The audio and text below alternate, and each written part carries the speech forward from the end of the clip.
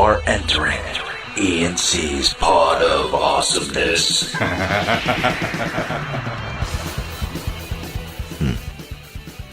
That's how you're starting it, huh, Jay? You're just going to grunt. You're just going to grunt now. Hold on 1 second. You're reading an email while we're trying to start our podcast. I didn't realize how do you know it wasn't about the podcast? It's about secret guests I have coming up. Really? Secret gets. It's secret gets. Well, today, again, is my get. Yeah, I'll give that one to you. Yeah, our guest today, Mike Bennett, a.k.a. Mike Kanellis. Yeah. Can't wait to talk to him, find out how he's feeling about his debut at Money in the Bank pay-per-view. It's been a long time coming for him, so we'll get some insight on his debut and his career. Road. Yeah, I'm looking forward to this. He's a good dude. I think people are going to learn a lot about him. But we can get to that first. Bird, you're sitting there, you're mumbling, you're grumbling, you're groaning, you're checking emails. I just want to say this. I don't think people are going to realize how interesting his story is. I agreed. So. I totally agree with you on that. So listen up, hosers. Yeah. Speaking of our hosers, Birdman, I just had yesterday, Beth and I are involved with Evelyn Charities here in Western North Carolina. Every year we do a food drive to get, Did you hear that? To kids. Did you hear that? That was me throwing my pen down because I was going to bring that up to you and ask how it went. Really? Yeah. Really? So now you're angry that I'm about to talk about feeding kids, and because you didn't get to unveil it, you're throwing your pen and interrupting me. All right. It doesn't sound good since you put it like that. So just continue. I have a way of painting you out to be a huge asshole. I know. I'm not as bad as people think I am. It's really my fault if they think you are, honestly, because I just constantly throw you under the bus. But Bird, I do love you. I know you do. I'm hard not to love. Well, there you go. It's hard to love me. You just ruined it. Yeah. So anyway, we had this food drive. We do it every year, and quickly, I'll just bring you up to date on for all the listeners that don't understand. A lot of times, kids when they go home for summer, they don't get to eat because the way they eat is at school. Sadly, that ends up being the case a lot of times in lower income families and things like that. So what we do, it's called Headlock on Hunger. We're probably going to change the name to Heroes Against Hunger eventually so that we can try and take it national. And so anyway, the idea is, along with Arby's and Ingalls here in Western North Carolina, we just ask people to come and bring non-perishable food items. So far we're up to 500,000 meals for kids, whether it's during the holidays or whether it's during the summer, that they have something to eat. You know, whether it's Pop-Tarts, whether it's Pop-Top ravioli, whatever it is, that they can make it while they're at home by themselves, while their parents are working, whatever it is. So we had our annual food drive yesterday. Good old JR came into town. He always does because he's on the board along with Beth and myself. And we basically, we sit there and tell people to just bring some food and, we'll have a chat, we'll sign stuff, we'll kiss your babies, all that good stuff. So yesterday we did it. I think at last count we're at like 8,000 pounds of food for this year. And that'll just keep going up throughout the week as this week kind of goes. But my point to all of this is that I had a lot of hosers coming up to me. A lot of 5-second hosers, proudly proclaiming they are hosers. Hosers in North Carolina. I like the sound of that. Enjoying the pod. That's great. Yeah, it's good to hear. It's good to get some feedback and people that you necessarily wouldn't expect, and they're like, oh man, I'm a hoser. That's like, cool. Whoa, I've never heard hoser with a southern accent, so it's kind of awesome. Yeah, it's kind of awesome. That's really cool. And JR's going to come on the show one of these weeks, and we're going to go on his show and do a little cross-pollination there. Oh my goodness. Yep. And we have some interesting stories with JR too. Like, even if you think about it, like, and I don't want to do any spoiler alerts or anything like that. So Matt, turn your volume down because I know you like to report back to the sheets. You stooge. But like, our whole kind of history with him and signing us and that whole process will be a really interesting thing to hear. Yeah, it'd be a great talk. So that's going to be coming up at some point. But it was great to see JR. It'd been a rough year for him, so it was great to just, joke around and have fun. And so that was nice. It was good to see him. The hosers are alive and well all over the place, apparently. So they're listening, and we appreciate that. Keep giving us feedback. Yeah, good, bad, or indifferent, and you can do it at the. I don't want to hear indifferent.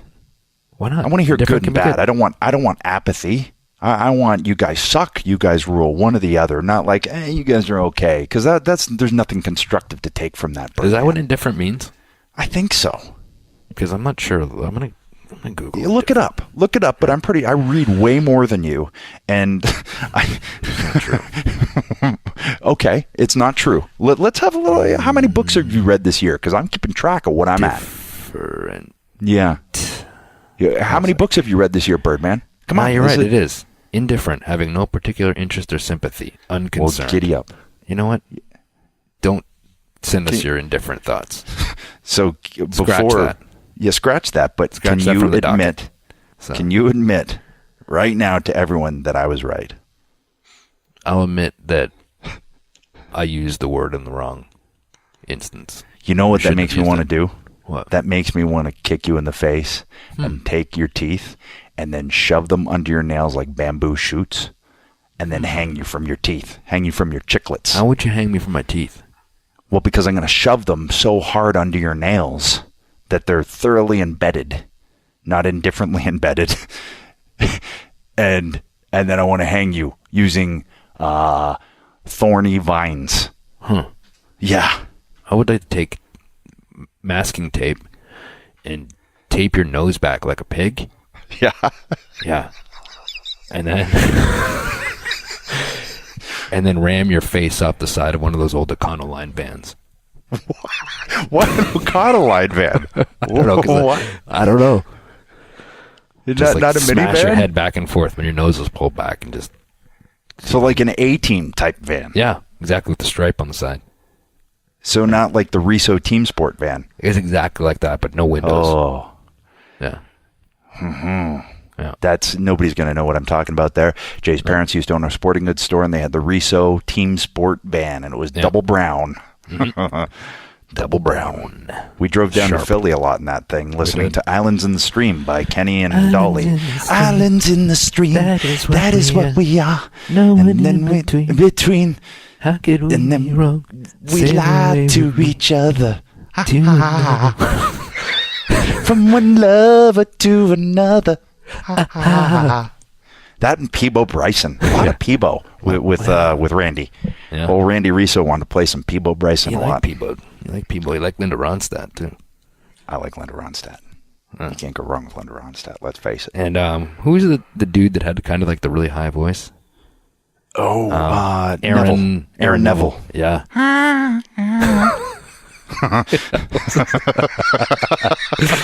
Like a bird. I just had my balls in a Yeah. vice there. Well, was it like a bird he sang? He had that song, too. Yeah. It was like Bird on a Wire or something. Yeah. But I know he had He's a another big hit, too. dude, too. Yeah, he was. He's a wrestling fan. And he always wear like the denim vest with the sleeves cut off, like Oh, yeah, I mean- big arms, yeah, and like the voice had no business coming out of like it just didn't fit the way he looked, but he had this like beautiful voice, yeah. It's the Tyson effect. Yeah. You know, you hear Tyson talk and go, whoa, okay. I'm trying to remember I his didn't other see that hit. voice coming out of that body. I'm using Google. He had a lot of hits, dude. He I'm was gonna around for a Google it, long. yeah. I like Aaron Fine. Neville. I'm not Fine. even gonna hide it. I like Aaron Neville.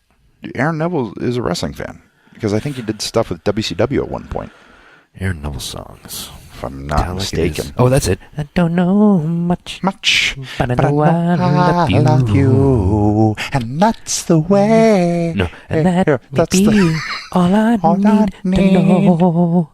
delay. No.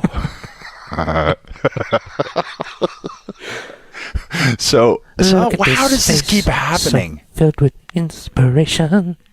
How does this keep happening? We have saying Kansas, Aaron Neville, and Dolly Parton and Kenny Rogers in the last 2 weeks. What is wrong with us? I don't know, man. I don't know. Well, and Chop Suey, which I got to listen to again. System of a Yeah. Down. I got to listen to that so I can do it proper. Because I had a lot of people, a lot of hosers tweeting this week that they liked our rendition. Really? Somebody on the Did you know Aaron Neville's on Twitter? Get out of town. Oh, Really? Felix is home. Did you hear him? Yeah, he left the other day. He finally said, I guess I should go back and see this guy. I know he's he's crying in his cornflakes. So he's a bit of a shipwreck, but whatever. I'm gonna make an appearance. I'm gonna hit the bricks again. That's what he said. Yeah. Well, he's gonna come back and hang out because he loves me. But no, he doesn't. Stop making applies. But my cat. So Money in the Bank was this past week. That was a hell of a segue was right Bird. there. It was cats to Money in the Bank. Yeah. But it makes sense because Natty was in the women's Money in the Bank match, and Yep, she loves her she was. cats. She was. I tied it together for you, Bird. That's what I'm here for. Yeah. So history was made with the first ever women's Money in the Bank ladder match. What's your take on that? Here's what I enjoyed. I enjoyed that they didn't try to do anything absolutely stupid, because in terms of having a blank canvas, like we talked to Natty about, they had that blank canvas. They're the first, so they don't have to be Jeff Hardy in a ladder match. Mm-hmm. It can just be what it is, a solid, brutal match. I really liked what Tamina did in it. I liked how solid and punishing she was in it. And I think it highlighted everyone. And I know there's a lot of hoopla, a lot of hubbub, a lot of grumblings and mumblings about the finish. Right. But try and look at it objectively and think about who needed that win the most. Right. And how you walk out of it with the most heat. I think most people are looking at it in the sense of that it was billed as the first ever women's ladder match, but a man went up and got the briefcase. But to that effect, here we are, how many days removed, and people are still talking about it. Well, there's heat in that. Mm-hmm. And I don't think that's necessarily a bad thing. I think that can be a good thing if it's paid off right. So that's really where it stands for me is, how does it eventually get paid off? But it's that whole whole wait and see thing that we've talked about before. Like, don't jump on it. Like, sometimes you got to let things play out. And if there's a plan in place, then great. Let's see where it goes. And it could be something really cool. It might not, but it very well could be, And I think that's and more times than not, there usually is at least a plan for a destination to get there. So just let it play out and see what happens. And here's one thing I always say about the Money in the Bank ladder match, and you can't do this with every one of them, but it's a heels match to win. Right. It really is, because it's so much more heat to cash in the Money in the Bank as a heel. As a babyface, you kind of have to cash it in a straight up match a la RVD or Cena, and that's an okay route to go every once in a while. But the shock of it and the picking apart of the champion like a hyena or a vulture, that's where you get some heat, and that's where a new star can be made. And that's why, I think somebody like Carmella, it's good, because it automatically jumped her character up, and she got a chance to cut a long promo on SmackDown, and she knocked it out of the park. Yeah, she did. Great promo. I didn't know she had that in her. No. Had no idea. Yeah, and it sounded like, didn't sound like she was standing out there reciting lines. Like, it sounded like she was speaking from the heart and believed every word that came out of her mouth. And that's what you want in a promo. You want to evoke emotion. She got booed. And I think she, like you said, she did a great job. My only thing with that, I didn't have a problem with that finish. My only problem, I think, was that there seemed like there's a lot of similar finishes on the card, which might have taken away from that a little bit. You know what I mean? It was just overdone a little bit. And, I get why they had Ellsworth go up if they're going the route of having the rematch and all of those things. But you could say if he was the one that caused the loss, but then she climbed up to get it, then there's still heat there. But they're getting mileage out of this now. So I thought it was cool. I was holding my breath for it. I watched it with Beth because obviously she was heavily invested, being in the first women's ladder match ever, and I think it was a proud moment for her to go, man, every time she sees the current crop of women do their thing, she's very proud, and she's very invested in it, because I know for her it's very cool that finally the women's division is getting just as much of a chance, and as we talked about, seeing things through, the Jinder Mahal, storyline continues, and the guy's got heat. Yeah. I mean, he's like I said, we talked about it before, where you almost have to let put guys in those spots and see if they'll sink or swim, and it seems like he's swimming, and he's getting more confident every time he goes out, and he's still learning how to work a main event style, but you don't. Yes. You can't learn the main event style unless you're put in main events. You know what I mean? So you have to be thrown in there, and you have to learn from guys that have been there and are doing it and have done it well. And like I said, if you get put in that spot, and you're in there with guys like Randy Orton, who is one of the best in the world of the last few years, I mean, no doubt about that. And you can't have a good match with him, or if you're not learning something or getting better every time you go out, then you know. But he seems like it's moving in the right direction. And here's what people forget, that was Randy 15 years ago. Right. That was Randy working, Chris Benoit, working, teaming with Ric Flair, working against Shawn Michaels and Jericho, and teaming with Batista, working against me. Like, he was working against guys that were much more experienced in that level of on the card. Yep. And he was thrust into that too. And obviously he swam like Michael Phelps with it. But you see who, by the way, is wrestling or is racing a shark? Is he? I don't know. I heard he's racing a shark on Shark Week. I have no idea. Anyway, so Shark Boy or again, Shark? It would be awesome if it was Shark Boy. Yeah, well, actually, that would be like Stone Cold Steve Austin Shark Boy with the vest. What? Yeah.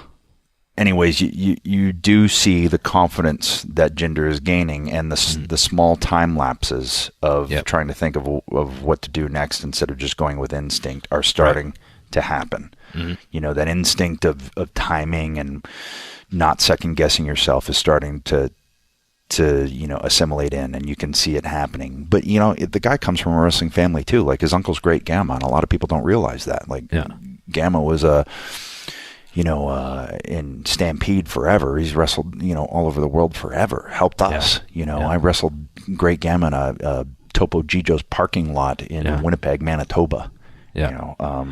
I think too. So, I think, and they said when the matches start to slow down, not in a sense of the matches themselves being slow, but when you can be in there and it slows down for you, where you feel like you're calm at all times. You don't have to rush to the next thing.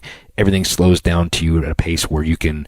Everything computes, the crowd reactions, what you're trying to accomplish. You don't have to necessarily think, oh my God, okay, you're thinking spots too far ahead. Okay, I need to get to this. You're just in the moment, what's happening at this very second, and you capitalize on that, whether it's crowd reaction or, trying to get heat on somebody or trying to give somebody a little bit of life to come back on you and you cut them off. Whatever it is, when that slows down for you, you can just be in that moment without thinking, okay, where do I got to get to? That's when you're starting to really figure it out. Birdman, it's one of my favorite songs, living in the present tense. The song is called Present Tense, but it holds true throughout life. It holds true in there. If you can just be in the now, and that way you can focus on everything that's happening and be... That's what it's all about, Birdman. And I think the Singh brothers are... I know him as Harv and Gerv, so they're doing great. I think they're a great addition to the whole package, and I saw them at the pay-per-view, and when I see them grabbing Bob Orton and in Ric Flair's face, a little bit of me is I'm super proud of them because I know where they've come from and everything, and just for them to be able to be that involved and also have the office to give them that nod of approval, I guess, or confidence that they would involve them with a guy like Orton, Bob Orton, a guy like Ric Flair and Larry Hennig and Baron von Raschke and all these guys sitting there. I know for them, they're just like, mind is probably blown as it's happening, but it's become a big part of Jinder's deal. It's and I think too the presentation of him too, like the music's great, and now I don't know if you notice on his entrance where he stands there and they have the carpet, like the electronic or the video, like carpet rolls out for him as he walks, like just the presentation that he's a big deal, that it's the whole package is starting to come together now, right? So it's been a fun ride, I think. Yep, and I think the Singhs are perfect bookends to it right now, and it'll be interesting to see where all three of them go, going forward. What did you think of the finish of the dudes Money in the Bank? The dudes. Yeah. Is it not the dudes with attitudes? Not Sting, Lex Luger, Junkyard Dog, and Paul Orndorff? The strangest collection of wrestling talent in one stable ever. Maybe the Union with Test Ken Shamrock and yeah. Mick Foley. Mankind weird was one it, too, yeah. and Big Show, I think. Yeah. Those are some odd stables right there. Yeah. Hey, and there's a good Twitter question. Send us your strangest stables of all Yeah. time. Who you think was the strangest? I'm still gonna go dudes with attitudes. Yeah. Dudes with attitudes. Yeah. Are any of those guys dudes? I think Sting was probably a dude. Yeah. You know, I don't know. Was because he Orndorff a dude? I don't think Orndorff was a dude at all. Right? I think he was just a badass. He had the attitude, but I'm just not sure about the dude. And there's no way JYD was a dude. No. You know, when I picture dude, I picture Sting. Like, JYD's, you know, he's just a different dog altogether. You know what I'm saying? Like, Yeah, he's like a... I don't think JYD cool was cat. hanging out with Sting. Yeah. You know? Yeah. Yeah. Well, he Not did that juke and there's drive, though. I Sting's- mean, like, he Sting's had a the nice dance. guy, I don't but- know. He was a dude. Like, I mean, you think about it. Like, he did a little side bark, and he had that swagger about him. He danced. Oh, he and was cool, but you know, I he don't did- think he you'd did the call him a leg thing. dude. Yeah. You'd call him a, bad brother. I don't think you call him a dude. Right? I don't know. I don't know either. Should I Google the definition of a dude now? I've been using the Google a lot. The Googleplex machine has been And then used a lot. Do you want me to do it, and then we can decide whether he was a dude or not? Sure, fair enough. And I will continue the thread of what I was talking about while you do that. All right. Mega Matt, what was I talking about? The Dude. men's Money in the Bank match. Men's Money in the Bank match. What, you got dude already, Jay? This is a little weird, though. If some dude smacked me, I'd smack him back. Is that Urban Dictionary? I don't know what this is. Oh, that's not. You're not getting this Okay, answers. I'm on our Urban Dictionary now. A word that Americans use to address each other, particularly stoners, surfers, and skaters. Dude. See? I'm That's like what a I'm dude. saying. JYD is not a dude, and that's why I say Sting was the only dude in that group. Really, See? dude meant a stuck-up person who dressed overly well. It first emerged in the year 1883 in England. Later, it was used in the Old West to mean a city person who moved to the West without actually knowing what he was doing. Synonymous with city slicker. Later in California, the term changed from these insults to a term meaning any male, human, or otherwise. Sometimes it is used in reference to tomgirls. Now it is often used for emphasis as well. Look at that rich fellow. What a dude. Okay, You well, see- I'm not talking about the English aristocracy. I'm not talking about, Old West. I'm talking about surfer guy from California Right. Okay. is a dude. Gotcha. JYD, from what I understood, I was like, Jay, did you just read the entire Wikipedia page for dude? No, that was That's what it seemed like. That was Urban Dictionary. Okay. Yeah. So, now the men's Money in the Bank match, the dudes' Money in the Bank match. Yeah. Maybe they'll change it to that.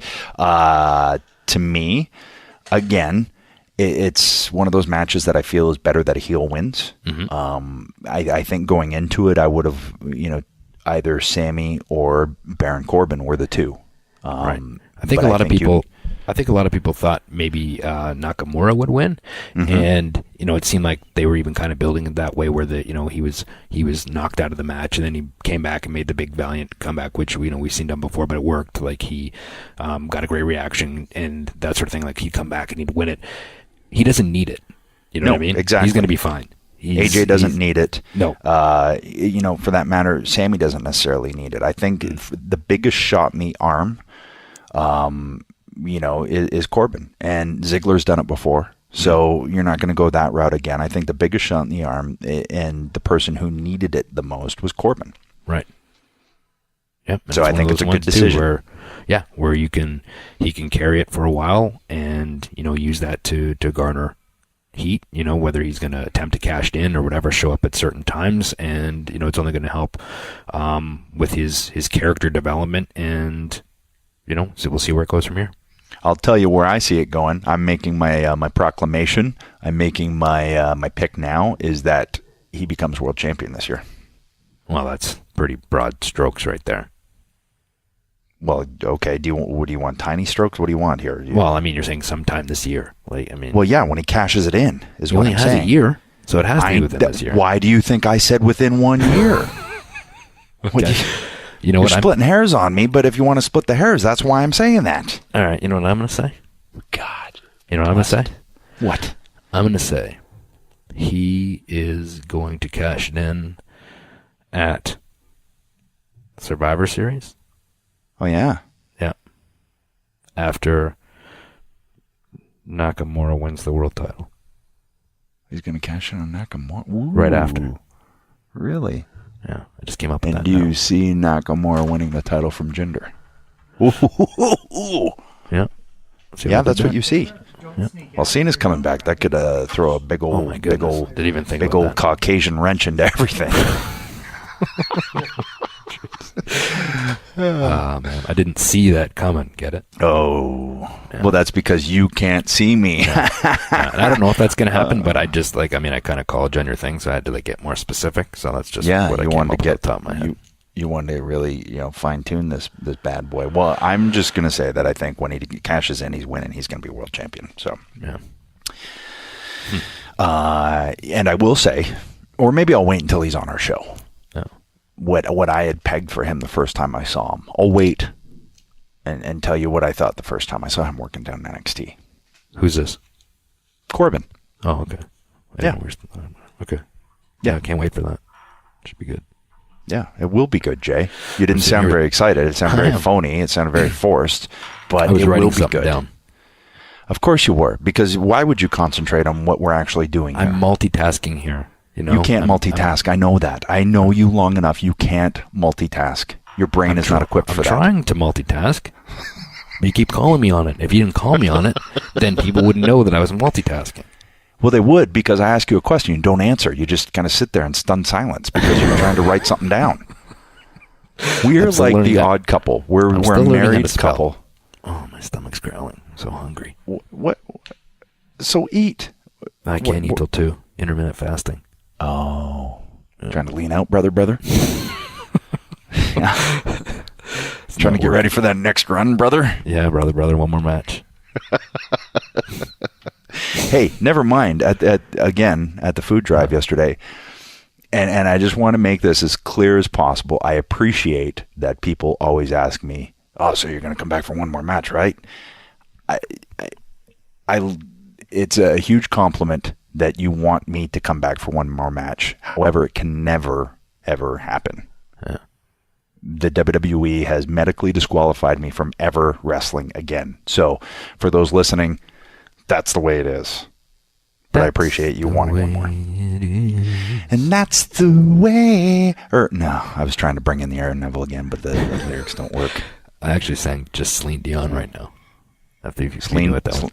Yeah. Celine Dion. That's the way it is. Anyways. I don't know that one, but I'm not that brushed up on my Celine. Now, if you're talking Bublé, Yeah, we should go to a Celine Dion show together. why? I don't know. I think it'd be cool. I don't know if it would. I can appreciate that she can sing and all that, but I don't, No, I'm not sure that's one that's on my bucket I don't think list I'd to go to see. Celine Dion concert either. To be honest with you, I am going to No. the Rod Stewart concert in a couple weeks, though. I'm pretty excited about that. Now, I'm torn because, early Rod, sure, I'm all about that. Rod Stewart's the man. Like, you got to see him live. This will be the second time I saw him live, and he sings everything, all the old stuff, the new He stuff. had me until Hot Legs, and then it kind of went south for me. Young hearts be free No. tonight. No. You No. don't even know what song that is. I do. What? Well, I know that song. I don't know the name of it. No, Young Turks is the name of the song. Young Turks? Yeah. Well, I know that I've heard that song and I didn't like it. So, you know who I saw this week in concert was Jason Isbell on the 400 unit. I have no idea who that is. You should look it up. I think you'd like it. Yeah. Yeah, he's good. He's he's country. He's a little bit Americana, a little bit of folk vibe. Picture a young John Mellencamp / Springsteen / Tom Petty, that kind of vibe. Good stuff. Good songwriter. Very, very good songwriter. Great stories told. Birdman. Very cool. Very cool. Cacao. What's the gospel? Also have to mention that we got a clip from one of the hosers this week of Tommy wrestling. Oh, man, that's great. Tommy wrestling Tommy. in Australia, and pre-lockup, someone in the crowd for about 3 seconds just went Tommy, and Totally it was rattled him. Totally the rattled greatest, him. Oh, greatest my God. thing that has come from this podcast. Yeah. If he was smart, he'd be like all over the merchandising. He'd just have T-shirts that said Tommy all the way down them. Like He could, all of his House of Hardcore stuff, if he just included, like, even on the arm, just Tommy, all the way down, Yeah. it would sell. yeah. Yeah, he doesn't even realize the marketing stroke of genius that we've thrown in his I know. ample lap, We've gotten him over, you know. in his large man lap. Yeah. Man lat or man lap? Because he also has Both. man lats. He has the Abbey lats, right? Yeah. The Abdullah the Butcher lats for those that Don't don't know. fold. Yeah.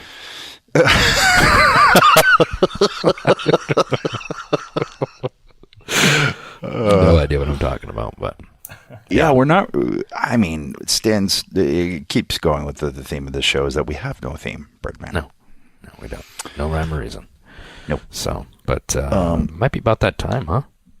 To get Michael. Yeah, we got a little interview here we got to get to. Mike Kanellis. Yeah, we'll get into Money in the Bank a little more in depth, and we will talk about his career and his path getting here. It's an interesting, informative chat. And speaking, we talked a lot about music so far this episode. I mean, he's got some interesting music, so we'll get to that as well. You are correct, Birdman. There's only one thing left to do. Here we go. Not so fast, Edgin Christian. You can't just go and introduce Mike Kanellis without playing his beautiful new entrance music. I guess it's all up to good old Stone Cold. Here's to the greatest love I've ever known.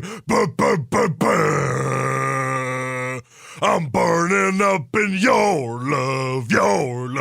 What, burning up in your love. What, burning up in your love. What, burning up inside your love. Man, that made me emotional. Stoko's gotta go. I got something in my eye. You're listening to ENC's Pod of Awesomeness. So we saw you at WrestleCon, and we kind of heard the buzz. We kind of knew, because Jay and I, we got our ears to the ground. Yeah. We're sleuths. We're kind of wrestling detectives. Yeah. Screw those Fandango Breeze guys. We were doing that way before them. We're also stooges for the sheets, so we were like trying to get some information so we could stooge it off. Yeah. We got a direct line to Meltzer. Yeah. We have our own Meltzer, our producer Mega Matt. We call him Mega Matt Meltzer. So we stooge everything, all the info we get. Perfect. You're in good hands. we were talking to you there, and I was excited for you because for those that we talked about it, like how I'm doing air quotations here. It's like it happened so fast for you, kind of thing. But people don't know how long you've actually been working, or and some do. Don't get me wrong, but just everything that you and all the steps that you had to do to get to where you finally debut at Money in the Bank. And for the people that listen to this that don't know, fill them in a little bit. Like, where's it all start? How's it start? And I always find that gives people much more of an appreciation for, like, wow, this guy, man, he cut his teeth for a long time to get there. Right. No, it's funny though, because you say that some people know and most people, but the truth is most people don't know. I mean, because even when I was with Ring of Honor or New Japan or TN, like, everyone, especially Ring of Honor, when I first started there, I had already been wrestling for 10 years. But when I started there, people were like, oh, who's this new guy and why is he coming in? And most people didn't know my story because I had just been traveling up and down the East Coast doing it. So it's not, I like to tell people, it's the overnight sensation that took 15 years because that's how people view it. I was an overnight star in 15 years. Like it's crazy to think, but I actually started when I was still in high school. And God bless my parents. To this day, they are two of the most supportive people I told them at 15 I was going to be a wrestler, and they were like, all right, as long as you go and get some sort of college education. Yeah. And so, because when I started, I couldn't drive yet. I was still learning to drive. Wow. So they would drive me 30 to 40 minutes to a wrestling school in New Bedford, Massachusetts. They would drive me there every Tuesday and Thursday. And they would drop me off, and my mom would go and sit in the McDonald's across the street for 2 hours while I wrestled in a little auction hall in like a very bad part of town. Mm-hmm. And I would train, and then she'd pick me up. I'd go home, I'd finish my homework, and go to school the next day. And then eventually, once I got my license, I was driving myself. But they were, without them, I wouldn't have been able to do this, because they have been like the two most supportive people in the entire world. It's funny you say that, because it kind of reminds me of when I was a kid going to hockey practice, or a kid going to a baseball practice or a football practice or whatever it is. It's the same type of thing. You knew what you wanted to do early. And yeah, your mom just dropped you off like she would for a hockey practice. That's what you did. And you knew what you wanted to do early on. I think that's pretty awesome. Yeah, no, and I told them, and they were like, that's fine, sure, whatever you want to do, just make sure you have plans and you're not going to be an idiot. And, and I was like, yeah, no, I can promise you I'll have plans. I can't promise you I won't be an idiot, but. Yeah, the idiot thing's going to happen, but. Yeah, I was like, you guys, Mom, you know me too well. Come on. So they and I did. I started training when I was younger, and it was this weird like dynamic, because like I wasn't picked on in high school. I wasn't a popular person. I was just kind of there, and everyone knew me as like the wrestling person, and everyone just kind of accepted it. And then I started wrestling, and everyone thought that was pretty cool. And like I played basketball and soccer and all these sports, and all the coaches were really supportive about it. And I eventually just ended up giving up sports in my senior year and just wrestling, and just focusing on that. And I would miss all like the senior prom and stuff like that, which I didn't care about, and I still don't regret, because I was wrestling. Not that it's like it's not very glamorous. I wasn't wrestling. I was wrestling in like BFW halls on a Friday night, at 17 years old. It's just like with drunk old men just looking like, oh, this is great. And I thought it was awesome. In retrospect, it sounds eerily similar to the path that I took too, because I was that kid that just wanted to be a wrestler. Everybody knew Jay and I wanted to be wrestlers, and we kind of waved that flag proudly, but started wrestling in high school. Same thing. I had to get my grandfather to drive me down to wrestling training because I didn't have car insurance. So right. I had a car, but it was just sitting there, and I couldn't drive it, because if I got pulled over, then I'm screwed. But right. I've always said, my mom supporting me, without that parental support, it just makes it so much more difficult. And I think whether it's wrestling, whether it's you want to be an actor, you pick something in entertainment or sports, if you don't have that support system to just accept, hey, whether you succeed or fail, it's okay. I think that right. takes a huge weight off your shoulders to just have the freedom to go, okay, I can give this a shot, and it's okay however it works out. Yeah, I feel like that's exactly. I think it's like it feels like a safety net almost. Like that if you fall, that something's there to be like, okay, now what do you need to do? Yeah. And Maria is the same way. I know her parents, when she was younger, were taking her to dance competitions and modeling competitions. And like at 15 and 16 years old, her mom would drive her an hour and a half into the city, and she had that same support system from her family. So I think that it's so incredibly important. We Jay and I both have daughters now. I have two, and Jay has one. And I just already start to see their little interests blossom, and just, picturing, your parents or Maria's parents or, Jay's or my parents, and kind of watering those interests, you know what I mean? So they can blossom and letting that happen. I think that's been the thing so far with parenting. It's like watching to see what interest they're going to take, and then, not pushing, not just letting them follow it and not getting in the way, basically. Yeah. And it's strange because with my family, I'm not an outcast by any means, but my whole family, my brother has his master's degree, and my sister has I think she has her PhD now. Like, they're all super intelligent people. My mom's a teacher. My dad's a lawyer. So everybody's smart, but you. Exactly, pretty much. Yeah. That's why they told me not to be an idiot, because they already do. They're like, we see where this path is headed, so please don't go. Oh, by the way, we just got the first fake Christian chuckle. I really like. Well, when you listen to this back, you'll hear it. He goes, "We got one." I like it. It wasn't fake. That's all right. I get that all the time because I'm not really funny, so I'll take whatever I can get. So you're wrestling in a VFW hall. You're training in the bad part of town. Your mom's, bless her heart, she's sitting in a McDonald's, probably trying to read or something to pass the time. Yeah. So then, what do? You just from there you start trying to get booked on indies because when Jay and I started, it was like 92, 93, and the explosion of the internet between that time and when you would have been starting, it seems like that would have changed the whole game and on how you get started and how you can get yourself out there.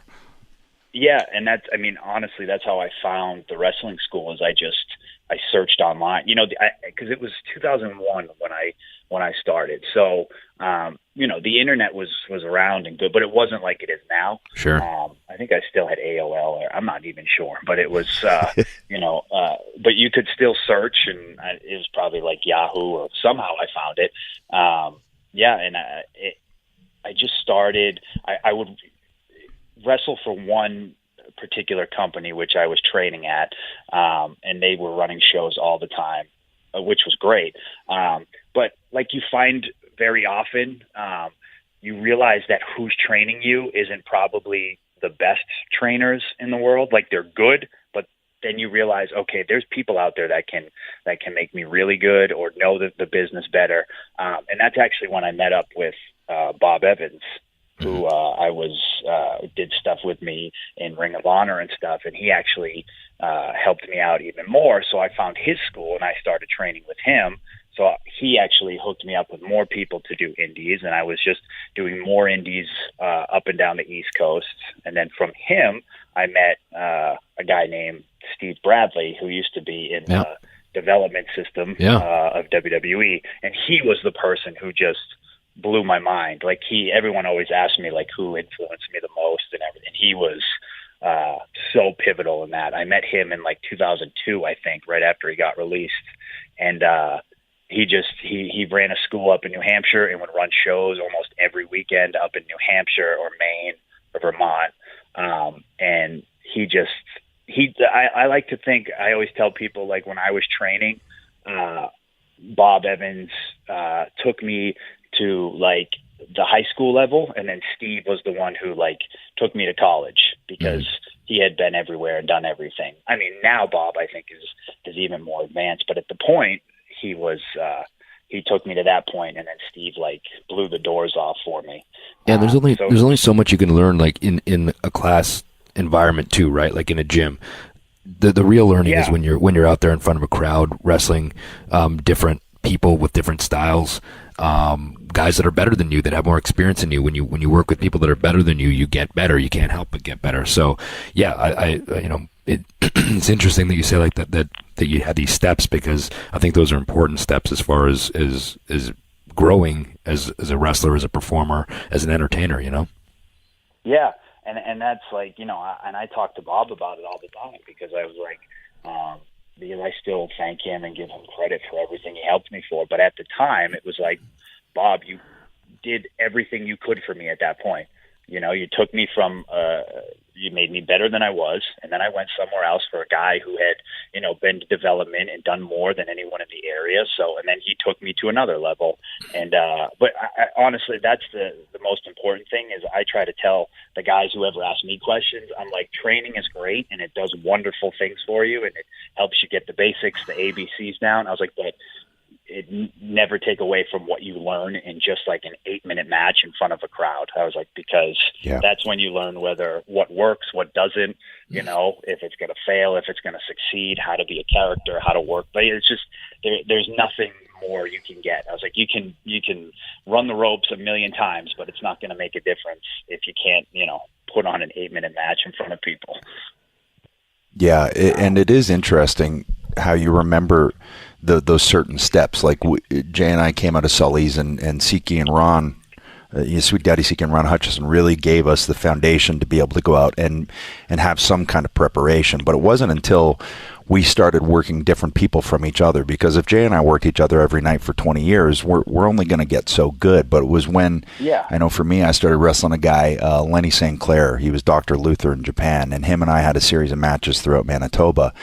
And I remember we were doing this match and he called the spot and I went to go right away. And he's like, whoa, hold on, chill out. You got it? And I was like, you mean I don't have to go right away? Oh, got it. Okay.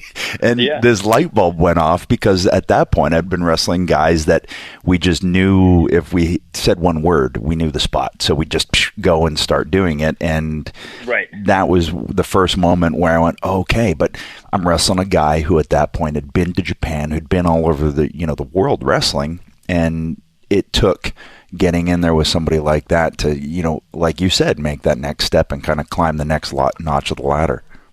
Yeah, and it's funny you say that, because I have a similar story with Steve Bradley, as I was wrestling him, and he pretty much the same thing. He put me in a chin lock and we were working, and I just remember how incredibly calm he was talking to me, like almost like we were sitting down watching TV, and I was like, wow. And then he was just like, all right. And he's telling me what he wants to do. And then all of a sudden he's like, are you ready? And I'm like, yep. And then I was like, all right, we going? And he's like, nah, let's wait a second. And then I was like, all right. He's like, how about now? I was like, nah. And then right after that, he's like, okay, now. And I was like, oh, all right, good. Let's go. This is how easy it can be. Yeah. Oh, wow. It's like he's just taking a stroll down the street. He doesn't care. I was like, oh, okay. I got to get to that point eventually. Yeah. It's funny. Yesterday I was thinking about Steve, and him and I had a dark match. I was signed at that point. He was signed too. And it just popped into my head yesterday, that we had a dark match. And I remember, coming back through, and Bruce Pritchard was like, oh, that was a hell of a match. That's it's weird. He was a great man. Yeah, he was. It's weird because when I talk to guys, like when I was doing Ring of Honor, and I'd run into like Charlie Haas or Shelton, like all those guys knew who he was, and it's hard for me to explain it to the younger guys, because obviously he passed away, and they didn't know. But there were so many guys in the New England area who trained from him, and I like to think, because when I started wrestling, like the New England wrestling area was really bad, like Massachusetts and New Hampshire, like it was bad. It was like Bob, and that was really the only place to go and train. He kind of like, between him and Bob and then Chaotic Wrestling, they kind of helped build up the area, and Steve was pivotal, because now the guys he trained are trying to help train the guys nowadays through his teachings. I think he's one of the unsung heroes that a lot of people don't know about. Then it's funny, we talk on this podcast before about guys that are super talented and for whatever reason kind of fly under the radar. We've spoken. Steve is definitely one of those guys that had been a lot of places, worked with a lot of guys that have gone on to become top stars, and had a lot of respect within the business from top stars. And yeah, it's obviously a shame that he had demons, and I think that kind of derailed some of his career. But yeah, he was a super talented guy, and you'll never hear anybody say a bad word about him. He's one of those guys that everybody that came across him really liked him. Yeah, no, and I think I remember WrestleMania weekend. One of the coolest things for me that weekend was when Kurt got inducted and gave props to him, because I was like, all right, you know what? I think that was the final I think, Steve's like, all right, cool, thanks. Because it was almost just like, because I remember talking to Steve about it, and I think even Kurt when I was in TNA, and it's just like how pivotal he was. And I remember hearing that, and I was like, okay, I think now we can put the period at the end of the sentence, because that was really cool for me. Yeah. That was a good homage for him, because he, like I said, he was a very underrated guy that probably could have done some really big things. Oh, yeah, without a doubt. So you start plying your trade. You're going up and down the East Coast. What's the next step? So I'm doing that, and like I said, my parents they said you got to get a college degree of some sorts. So I held up my end of the bargain. When I graduated, I did go to a 2-year college, and I got my criminal justice degree, my associates. So I had that, I was always just like, because my dad's a lawyer, so I always found interest in like law and politics and stuff like that. So I was like, you know what, at the very least, I know I need an associate's degree to be a police officer or something like that. So if this falls through, I'll go and take the police test or whatever. So I had that just in case. So I did that. And I was traveling, I was doing the shows for Steve. I was trying to get my name out there.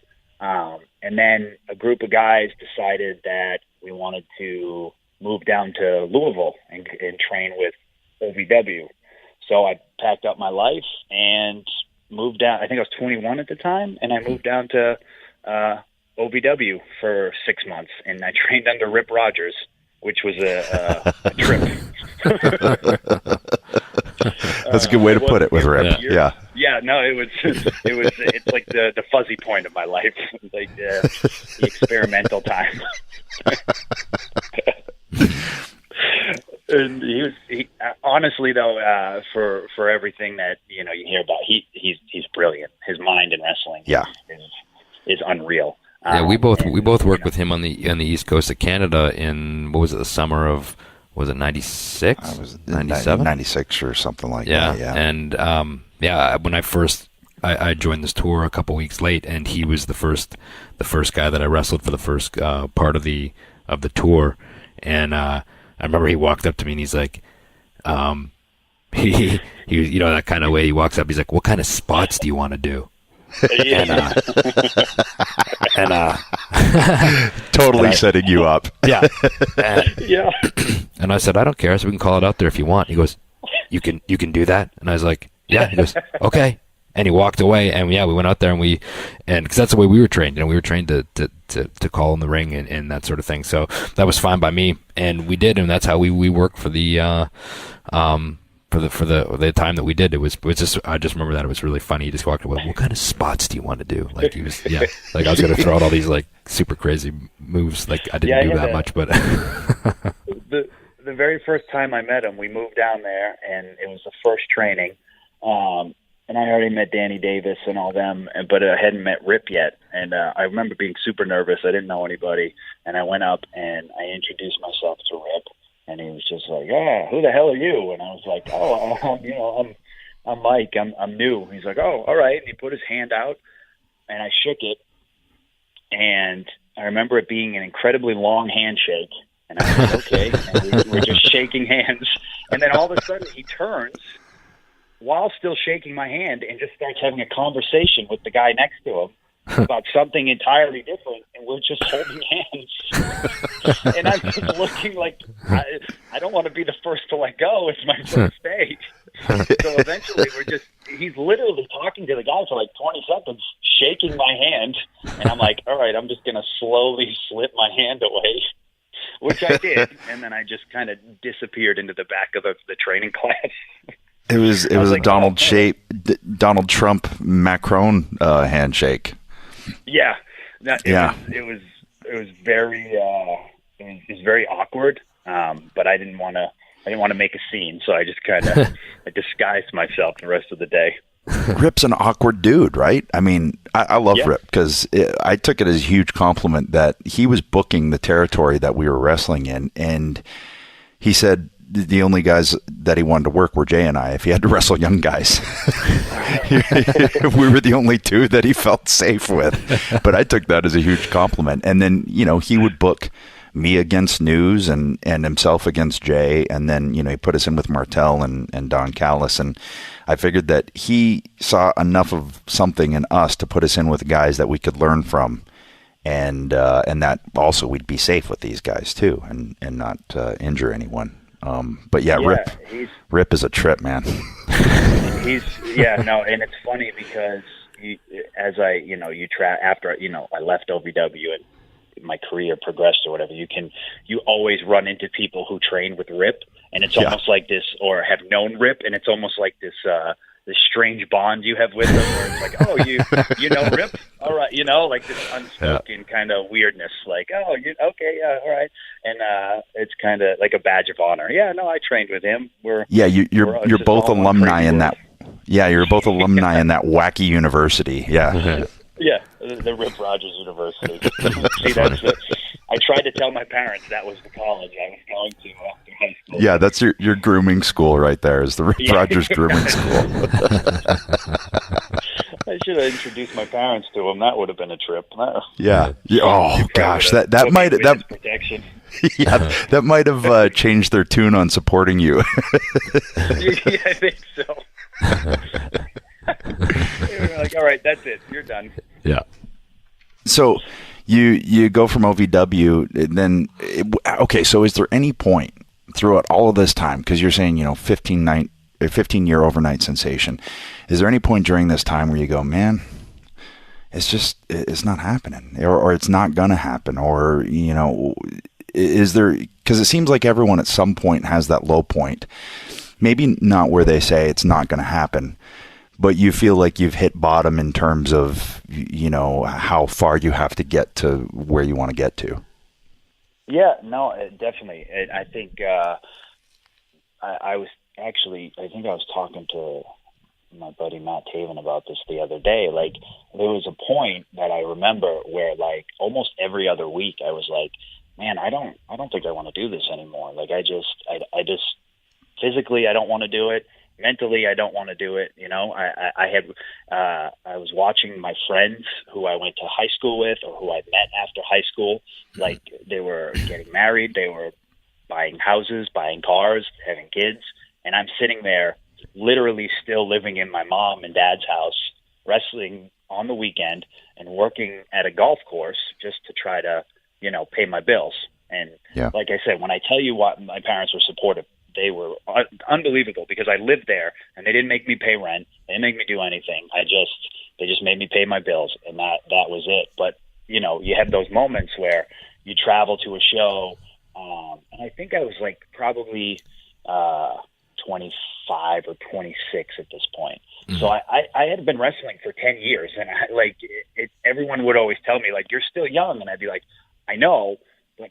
10 years in, and literally nothing has happened. I had done tryout matches for WWE. I had done dark matches. I had done a tryout match for TNA at that point. I had done tryout matches for Ring of Honor, and nothing. Like, everyone was saying nothing. Like, just, oh yeah, we think you're pretty good, and that's great. And we'll use you again when we're in town. And I was like, that's not what I want. And so, at 25 or 26, waking up at 5 a.m., going to the golf course, and then I had the same routine of being up at 5 a.m., working at a golf course till like 4 p.m., working out, going home, eating, sleeping, waking up, going to the golf course. And then on the weekends, I would go wrestle all weekend, and then get no sleep, wake up Monday morning, go to the golf course. So I was just kind of in this weird, like, Groundhog Day. Mm-hmm. And it just wasn't, I was losing my love for what I was doing. It was becoming more of like a job and more of like a grind than anything else. And I was just like, this isn't fun anymore. So what was the moment where, like I said, you're going through these kind of this turmoil kind of in your head and things like that? Like, for me, I was doing the same thing. Like, when I finished college, I started wrestling. I had to move home with my parents just so I could, support my wrestling habit, right? So it was like, right. And I was working this same thing. My parents didn't charge me rent or anything like that, but I was working at this wood mill, and same thing. I was up at 6 o'clock in the morning, working till 4 or 5 at night, and like, to get through the days, I'm pushing this wood through a saw, and I'm thinking about matches, feuds that I could have. I'm thinking about outfits. I'm thinking about, spots and different. I was thinking about wrestling. It was consuming my day to get me through the day. And I remember like the kind of the moment where it hit me was that my first day on the job, when I got to this wood mill, I walked in, they trained me for about 20 minutes, like, okay, you stack the wood here, you push the wood through the saw here, the pedals here, the saw comes up, blah, blah, blah, you stack it here, you wrap it, you push the skid to the side, you get a new one. And I was trained, So then... That seems like a very, very small amount of time to be trained to use a saw. I'm just throwing that out there. So it was about 25 minutes total training. I'm not a word of a lie. So then I go to the lunchroom, and the guy that's on my line, I'm sitting there and I'm hearing them talk, and he's talking about how he's been there for 19 years. And I'm like, hold on a second here. I'm doing the same job that I just trained for 20 minutes as this guy beside me, and he's been here for 19 years. And I was like... he's probably shitting wood chips at that point, too. And in my head, I'm just like...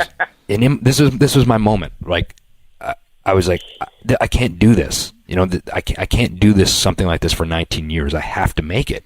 And that was like my moment where that guy, whether he knows it or not, was a pivotal moment in my whole life, because I didn't want to be that guy that got trained for 20 minutes and did the same job for 19 years. So, like, did you have a moment like that? Like you said, you had all those turmoils. Was there something in there that was just like, boom, okay, no, I have to make it or bust?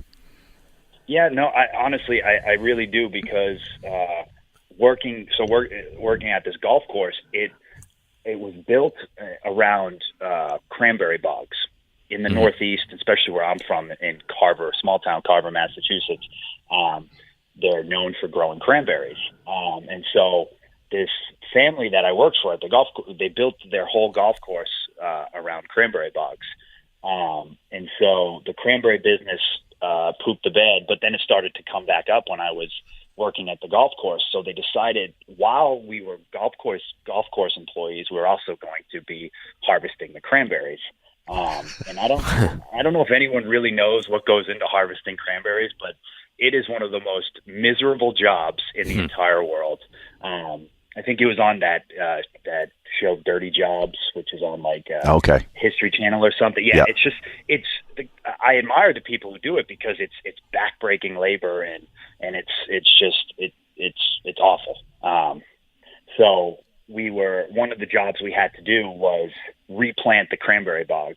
So it was literally like an acre. Like, there were like 3 of them we had to do. It's in the middle of summer. I think it was like 95 to 100 degrees for like a week straight. And we're in the middle of nowhere planting these cranberry bogs, where you literally have to take a vine each like quarter inch and put it into the ground and stomp it. And you have to do that for like an acre of land. And I remember after that day, I worked from like 5 a.m. till the sun went down, which in the summer was probably like 8 o'clock. And I just got home, and I'm burnt, I'm tired, and I had to wake up at 5 a.m. the next day and do it again. And I was like, no, I was like, I can't do this. I was like, this isn't what I want with my life. I was like, I need more. I have to have more. And it's funny, because the job that I had working at the golf course was actually a blessing for me, because the family that owned it loved the fact that I was a wrestler. So they were actually extremely supportive. They knew that I was just doing it because I wanted to be a wrestler, but I still had to work hard and still had to do everything. But they supported me too. They were like, if you need days off, just tell us. If you need to, they were my biggest cheering section. I hear from them all the time. They'll text me or call me and be like, "Oh, we're watching you on TV. We're so proud of you," and stuff like that. So that's cool. The job itself sucked, but the people who ran it were amazing, because they were like my cheering section. So it was real. That was really cool about it. But that moment, I was like, no, I can't do this. Like, I don't want to be 45 and bending over in the middle of summer, putting in these vines into the dirt and stomping it into the ground in 95-degree weather. I was like, that's it. That's enough. Yeah, and I mean, more power to the people that are wired to be able to do that. But I think if you've gone where, the 3 of us have gone, we're mentally wired differently. And that's just not going to cut it for us. Not that it's less or anything like that. It's just you get a certain mindset. Your mind is creatively bent this way, and that kind of work is just but you need to do something like that in order to reinforce it and slam it home. And by the way, I'm never going to eat a cranberry the same way again. I'm going to feel like guilty now when I eat cranberries. Like I feel like I should. Please.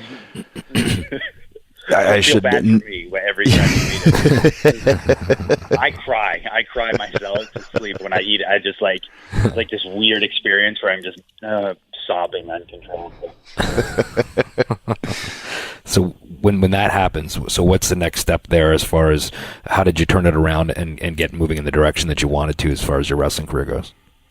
So that was, like I said, I was probably like 25 or 26 at that point. And I remember shortly after that moment, a good buddy of mine, Kevin Kelly, who had worked at WWE, and I had met him back in like 2002 after he was released by WWE, and he was friends with Bob Evans. So Bob introduced us, and me and him had remained friends since 2002. And he had at that point just started working at Ring of Honor.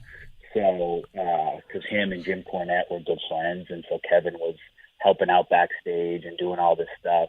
I don't think he might have been doing the commentary at Ring of Honor at that point too. Mm-hmm. I don't really remember, but yeah. So I'm 26, and I just remember he gave me a call, and he's like, "Hey, how's everything going?" And I was like, "Honestly, it sucks." And he's like, "Oh, good to hear." And I'm like, I was like, "Nothing's happening, Kev." I was like, "I can't." I was like, "No one's calling me back. I'm just doing the same old grind, the same old routine every single day." And he's like, "Well, would you ever want to work for Ring of Honor?" And honestly, my answer at that point was not really. And I think that might surprise people, but I was trained differently, and it's hard to explain to some people. But at that point, I think Ring of Honor was starting to, start become a little bit more mainstream. But at that point, Ring of Honor was popular, but it was still very like a niche audience. Yeah. And the way they wrestled, I didn't wrestle. I didn't. Yeah. It was very high impact, high action, fast paced, not a lot of sell. And I was trained totally different. I was trained in a slow, methodical, and I was just like, and I didn't really want to work there. And I was like, not really. I was like, but I don't want to not be noticed anymore. And there's a good audience behind that. Mm-hmm. And in my head, the way my wheels were turning, I was like, maybe I can take my slow, methodical wrestling style to this company and be totally different. Yeah. And I was like, maybe that'll help me get over as a heel or whatever. And I was like, you know what, not really, but I want to try and be different. And so what do I have to do? And he's like, well, we're going to have our very first tryout camp at the school in Philadelphia.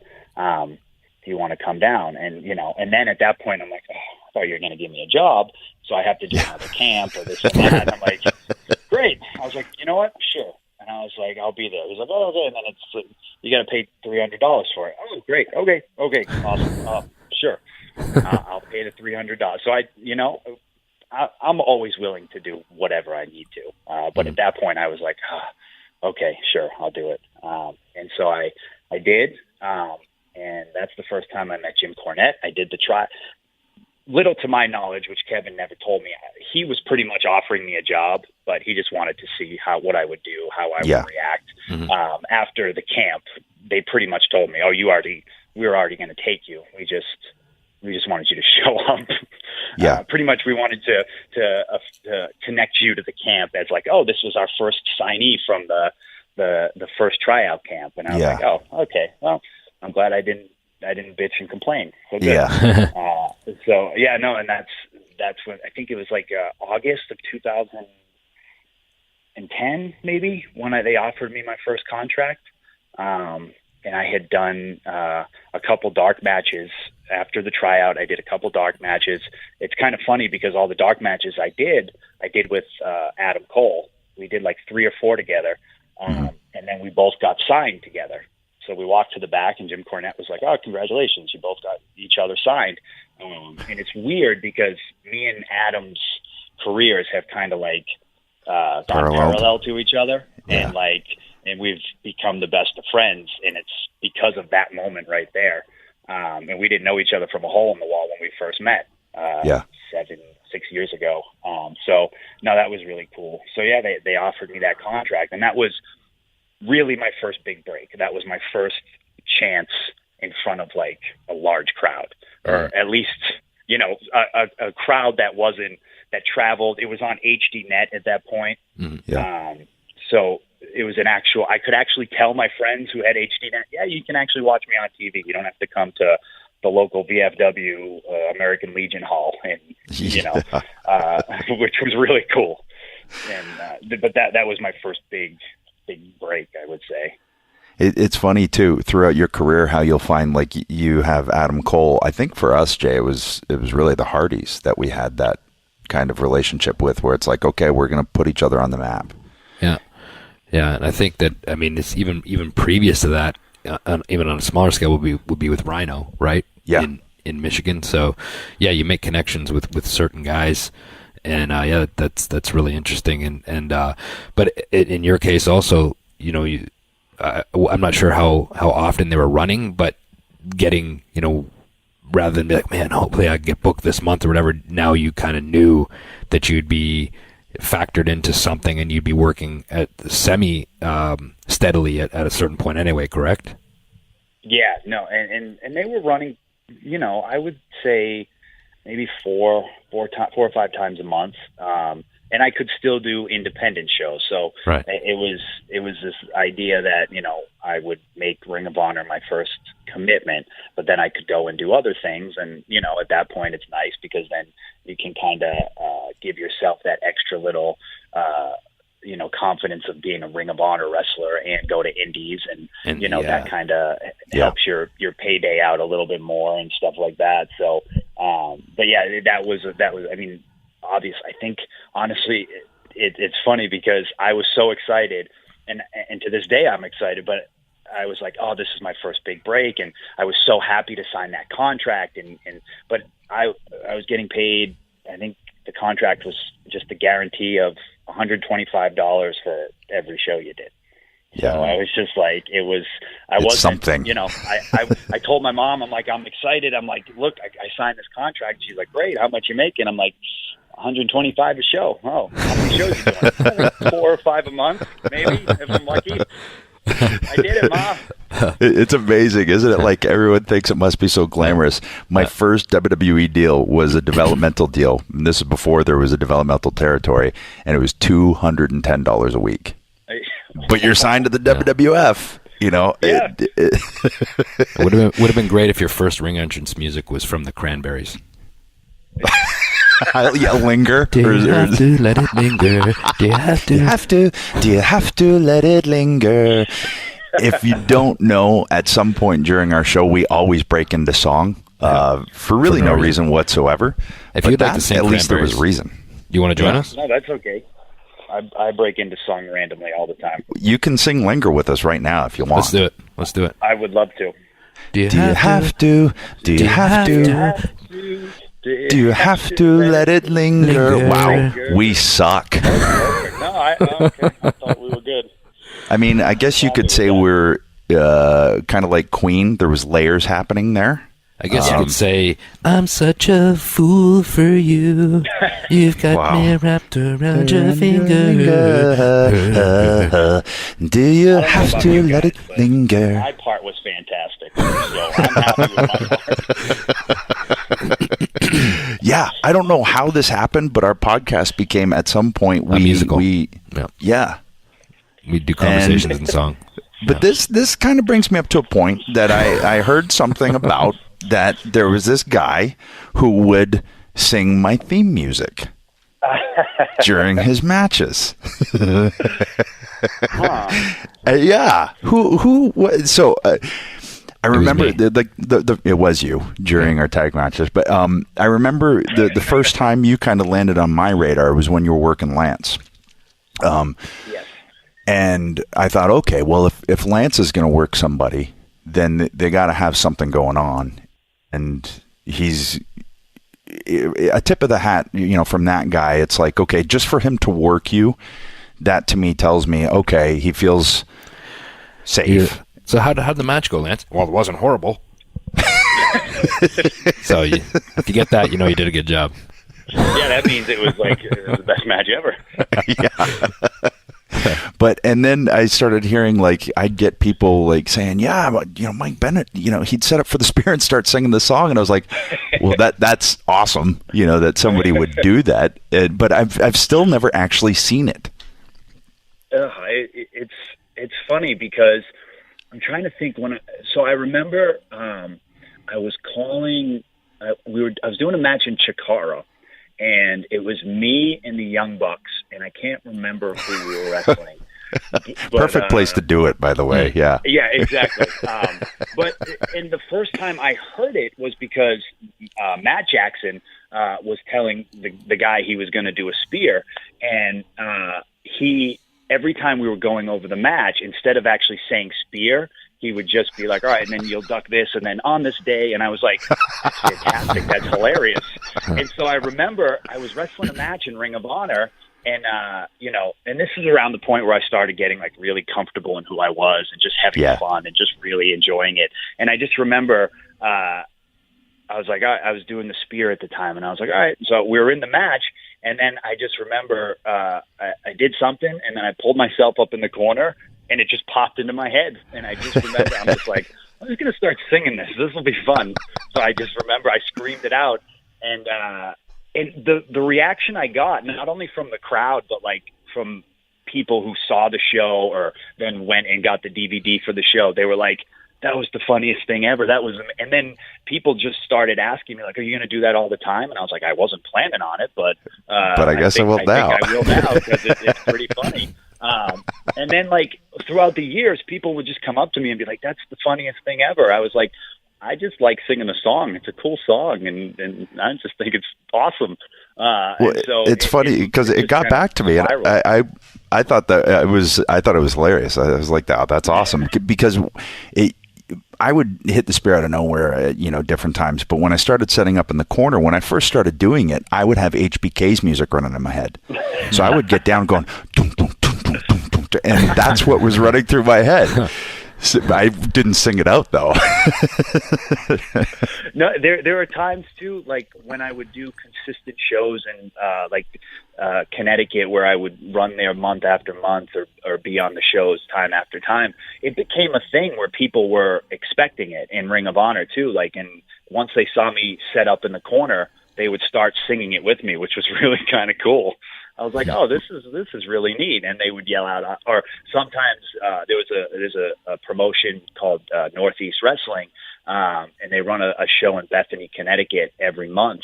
And they have like diehard fans. And it got to the point where if I yelled out on this day, they would scream back, I see clearly. So it was really awesome. And Alter Bridge, the band who does it, like they still, they have people show up that are just wrestling fans to their show to hear that song. Like that song resonated with people for whatever reason. I mean, it resonated with me. That's why I chose it. But it's kind of fun to see.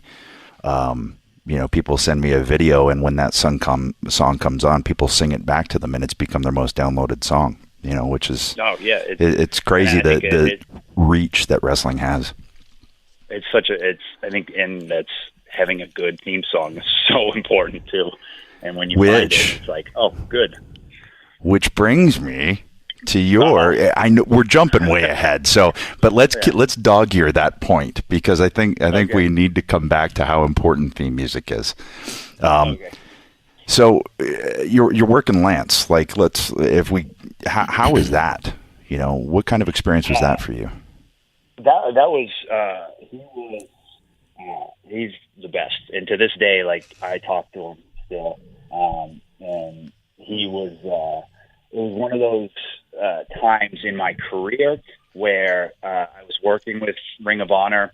I was doing this stuff. I was trying to do the character I was telling you guys about, where I was bringing my slow, methodical, I was like, oh, I can be the sports entertainer at Ring of Honor, and as opposed to the wrestler, and see how that works. And it was it was fun and I loved it and I was having a good time and people were booing me, but I was just staying kind of steady where I was. Like people didn't like go to the bathroom during my matches, but if they had to, they'd get up if they had to go to the bathroom. So it was like I wasn't like must see. It was just like, well, we know what kind of match he's going to have. And so I was getting to the point where my confidence was a little shot. I was like, oh, I don't know, because we had guys at that time, like when I was at Ring of Honor, like Kevin Steen was there and Generico and Roderick Strong and the Young Bucks were there, the Briscoe brothers. Like the amount, there were so many talented guys there, and I'm just like, I'm not standing out. I'm not doing anything. I'm like, maybe I'm not as good as I hope I am. And then Cornette calls me. We had the WrestleMania weekend show, which Ring of Honor runs every WrestleMania. And he was like, yeah, he's like, we're going to put you with Lance. He's like, you're the one that Lance wanted to work. And I was like, what? And he's like, yeah. He's like, he's the one you wanted. And I was blown away. I was like, holy, that's, because I like to stay humble. I like to have confidence in myself, but I don't like to think that it's not how I was raised. It's not how I just like to keep myself grounded. I've always been that way. It's the difference between cockiness and confidence. Yeah. Yes, exactly. And like, I don't like to think I'm anything. I just like to do my job. And I get genuinely shocked when people compliment me, and to hear someone like that who I respected and admired so much, I was like, holy cow, that's awesome. And then we had the match, and the match was a blast. And I just remember that I considered myself, I was like a nobody. I was just this, guy at Ring of Honor, and Lance had done all these wonderful things. And I remember when we were calling the match, and what stood out to me was how incredibly respectful he treated me. And I was like, oh, wow, here's a guy who had done a ton of stuff in the business and is treating me like his peer. I was like, and that alone gave me a level of confidence, because his confidence in me, in turn, gave me confidence in my career. Yeah. And so I tell him that match was really important to me, because not only I loved the match, but like to have kind of like his stamp of approval kind of gave me that little. There are a lot of moments I feel like in my career, and like going to New Japan was one of them too, but like where you get that stamp and you're like, all right, no matter what, at least I have that in the back of my head. So however much negative crap you take, they can't take this away from you.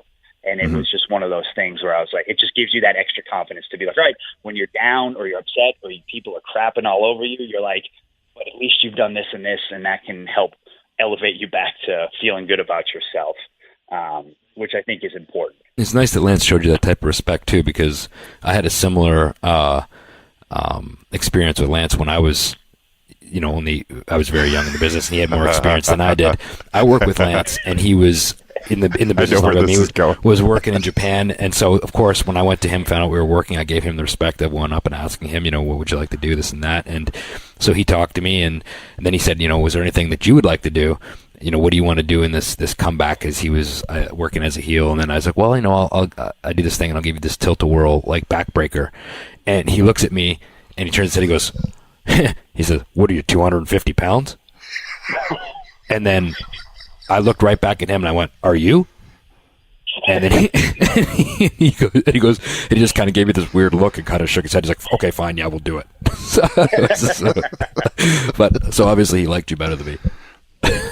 Well, Jay, I mean, nobody really likes you. That's how I keep my heat. I don't have a tilt-a-whirl backbreaker. My arsenal. So you're okay. You never had to go over that hurdle. Yeah, I had no twists or turns, so I was good.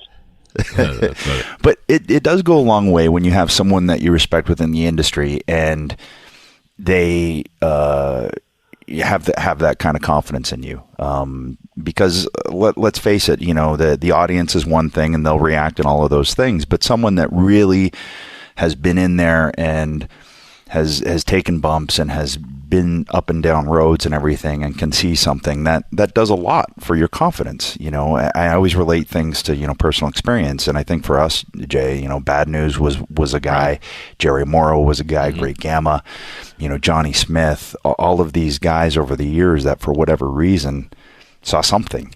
And it sounds like Lance was one of those guys for you.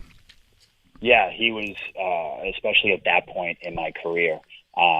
And like I said, I really think there are like stepping stones of people who just, who maybe don't know, but just by them having the confidence in you or just saying something or giving you permission to put the match together or whatever at that point, like it just gives you that, that little bit of confidence. And like before him, I had done an indie show with, Scott Taylor.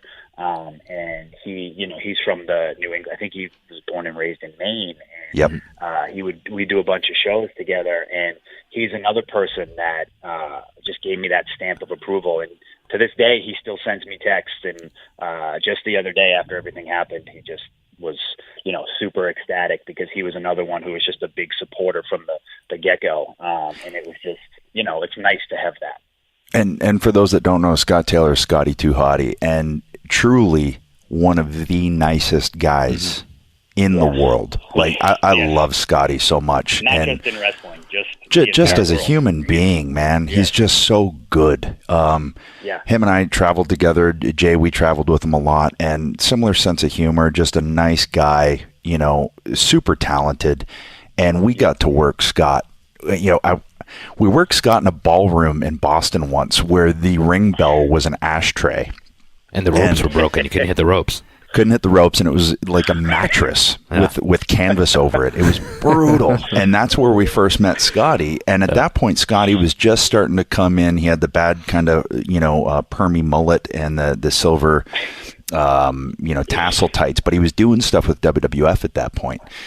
And we always stayed in contact. I remember running into him in Halifax because WWF was doing Raw out there when we went backstage, and we knew Scotty. We're like, holy shit, this is possible. Like, Scotty's doing it. And, just over the years, then we end up wrestling Too Cool like every night for about a year. And just a super, super, great guy. And there's two guys that you're talking about between Lance and Scott. I mean, you're lucky that you got those two guys, because there can be the opposite of that in this industry sometimes. And the fact that it says something about you too, though, that those two guys were drawn to you as well. That just means that from a character standpoint, you have two really, really solid human beings that, saw something in you, and were willing to help you too.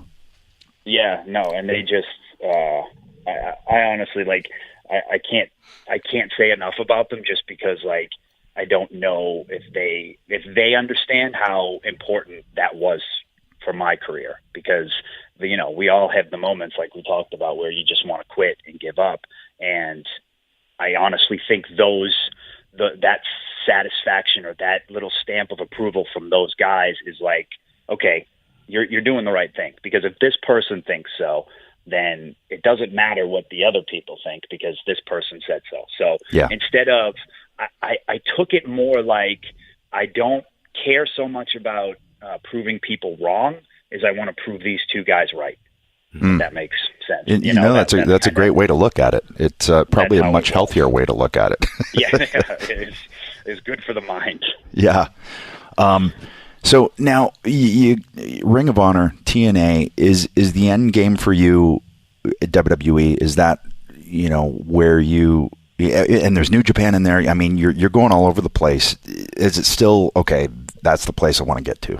And was there ever a point in that journey where it's like, man, maybe this is how it's going to be for me? Maybe that's not in the cards. Was there ever that thought crept in your mind? Yeah, without a doubt. I think, because there are times, and I always would say this to Maria, but there are times when I was either with Ring of Honor and doing Ring of Honor in New Japan at the same time and staying busy, and for the first time at that point, I'm making a living. Like, I'm living off of wrestling, and it's great, and I'm paying bills, and I'm paying off a car, and it's wonderful, and I remember, like, I was just happy, you know. I was married, I was happy, and I remember sitting there and I'm like, I'm good, you know, like not from a competitive, creative standpoint, but I remember thinking to myself, if this is it, I did pretty good for myself. I'm from the middle of nowhere.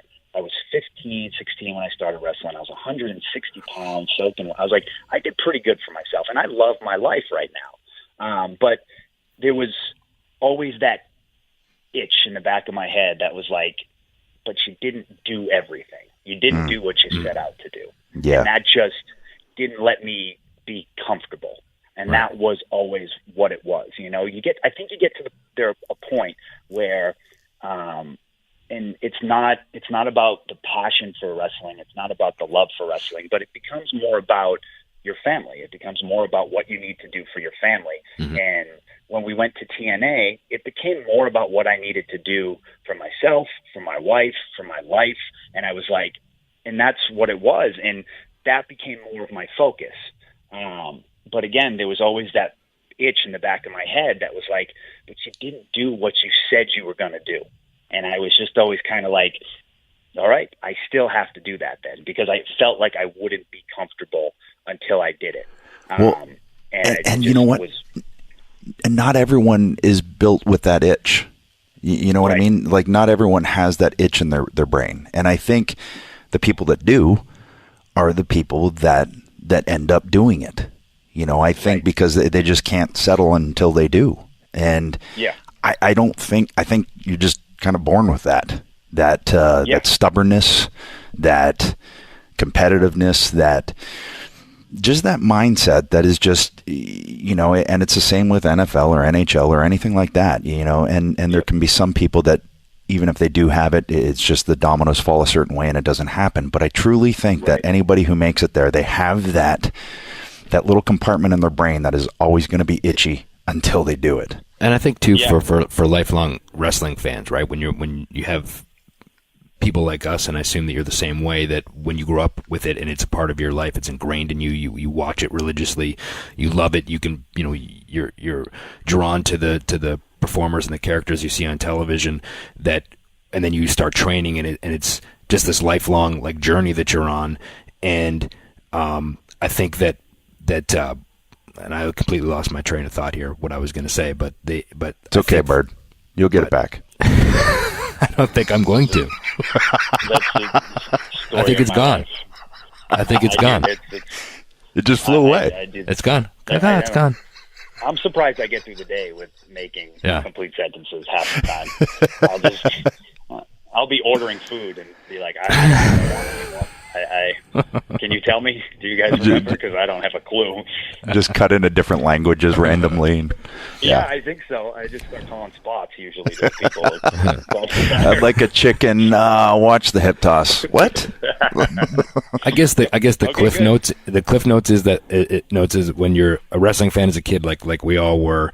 That's the dream, right? To get to WWE, and it's still kind of so close, but so far away, and it's still. Somehow you have to get there. Like it's just that dream from being a kid. It just follows you, you know?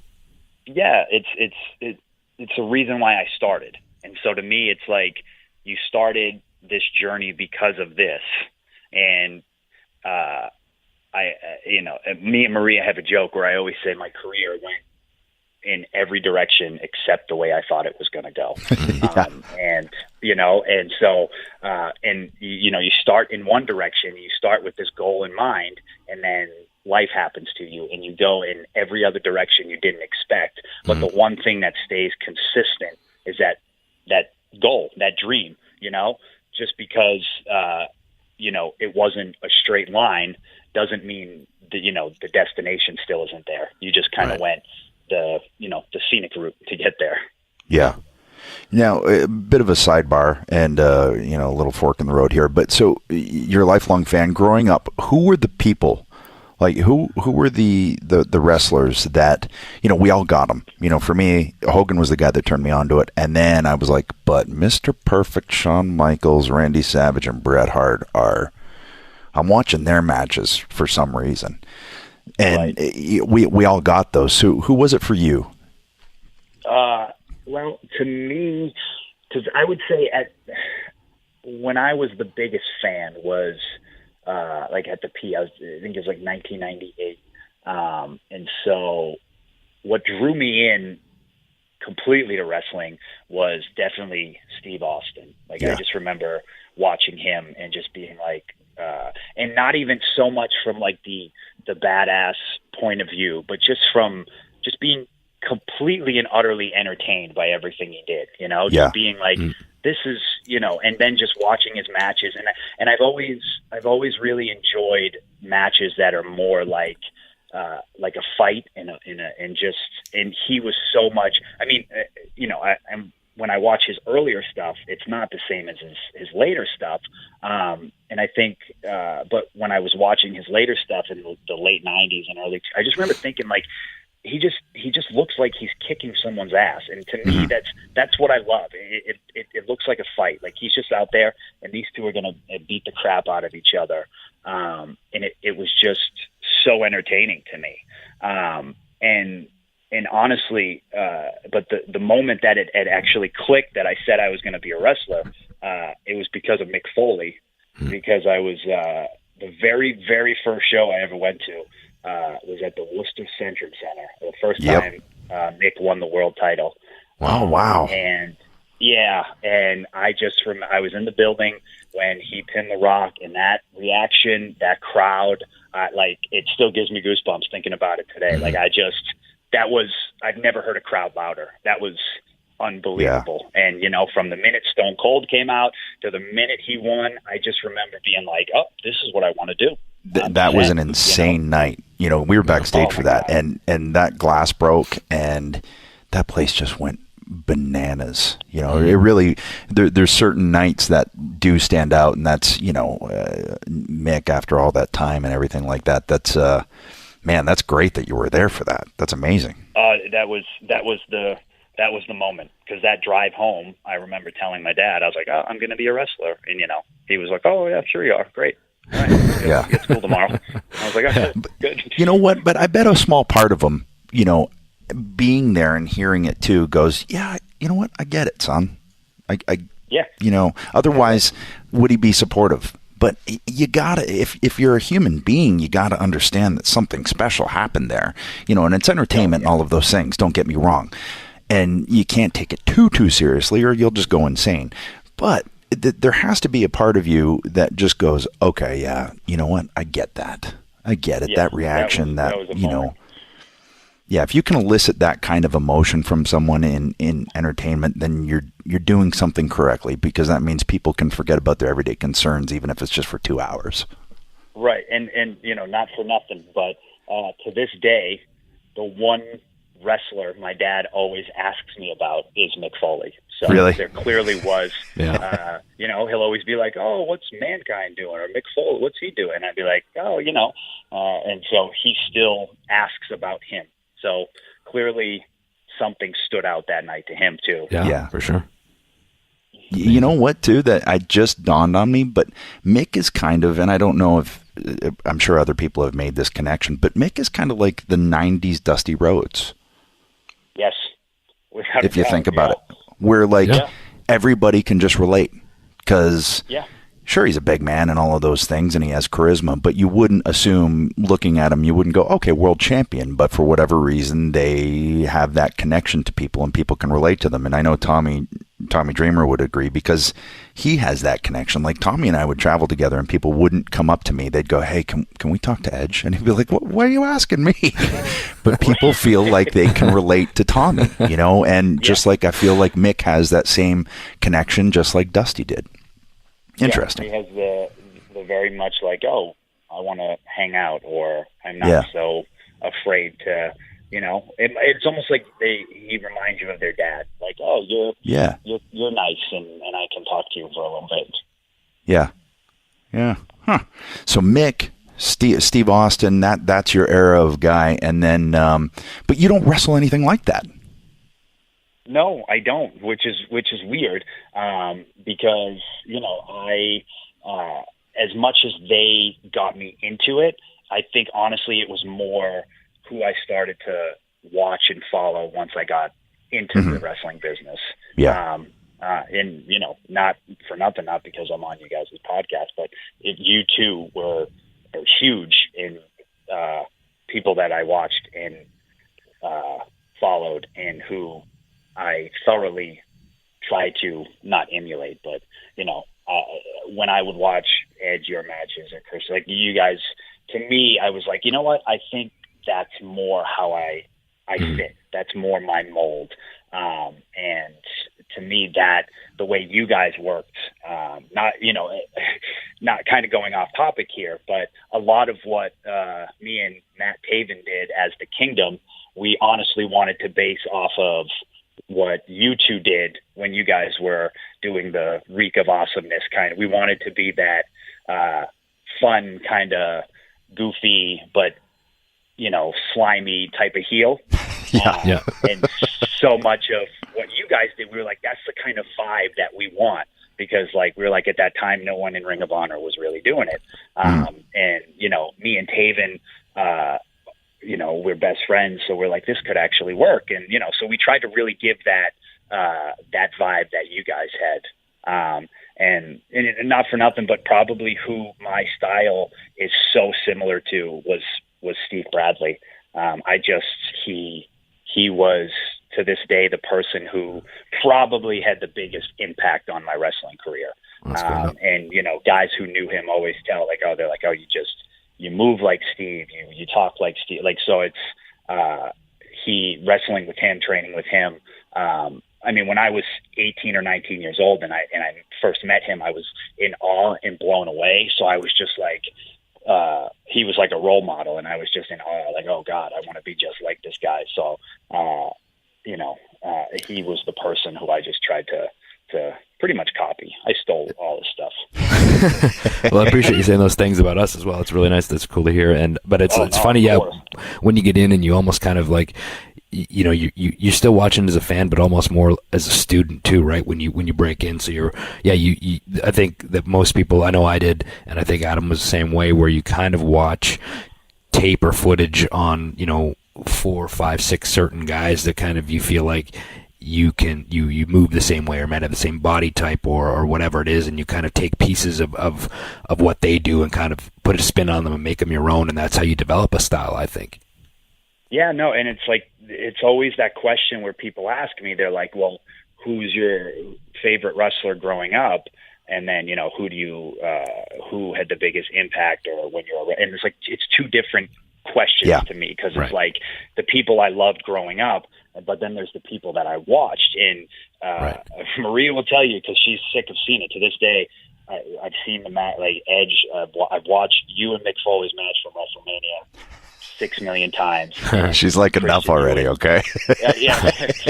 You and Orton from SummerSlam, I've watched 1 million times. Like, thanks, man. Those matches, they stick out to me, and I try to go back and just pick things apart every time, because I sometimes just see yourself in that position, and so you just try to see, okay, why did they do it? Because I can relate to how they're moving or how they're putting heat or selling, and I just go back and I try to, and just every time. And why the crowd is reacting certain ways too, right? Because you can hear that and be like, well, what did they do there that garnered this reaction? And it's part of it's the story, but part of it's also the story that's being told in the ring with the moves and the selling and the whole psychology of a match. And it's so true what you said. Like for me, Hogan was the reason that I started watching wrestling. But I knew that when I became a wrestler, I wasn't going to be Hulk Hogan. I wasn't going to wrestle like that. That wasn't what I was going to do. I wanted to wrestle like Brett and like Shawn and like Perfect. And I knew that was, from a physique standpoint, from, just that's the route that I wanted to go. Yeah, because when I broke in and I started working like King Kong Bundy, it wasn't working. Yeah, when you went for the 5 counts and the avalanche, it just didn't have the same effect. Yeah. I try to base a lot of my stuff off of King Kong Bundy. If you notice, a lot of what I get is almost very King Kong Bundy-esque. So now you go through TNA, you're still, New Japan, all of those things. how does it work out with WWE that you finally find yourself on the cusp of this happening? You know, because as I said, we saw you at WrestleCon this year. We knew that there was rumblings and that it was, you know, going to happen because we got our inside sources, brother. But, you know, how does it feel after all that time to go, okay, I think this is going to happen? Yeah, it's to me, it happens so quickly, and everyone always says it, like, just enjoy it, because it's really true, but you don't, because when you're in the moment, it's just happening. But like, we had finished up our contract with TNA, but we were still working there. We were still, you know, the way I was raised in the wrestling business is, once you decide to leave, you leave the right way. So we were going to make sure that we would tie up any loose ends and storylines, which we did. Maria did the whole wedding angle, and I was kind of slowly just pushed off TV and was just doing that stuff with her, so I could help those people, you know, do what they needed to do. And I was just kind of in the background of that storyline, because that's just what I believe in. And so, you know, we promised that we would finish up.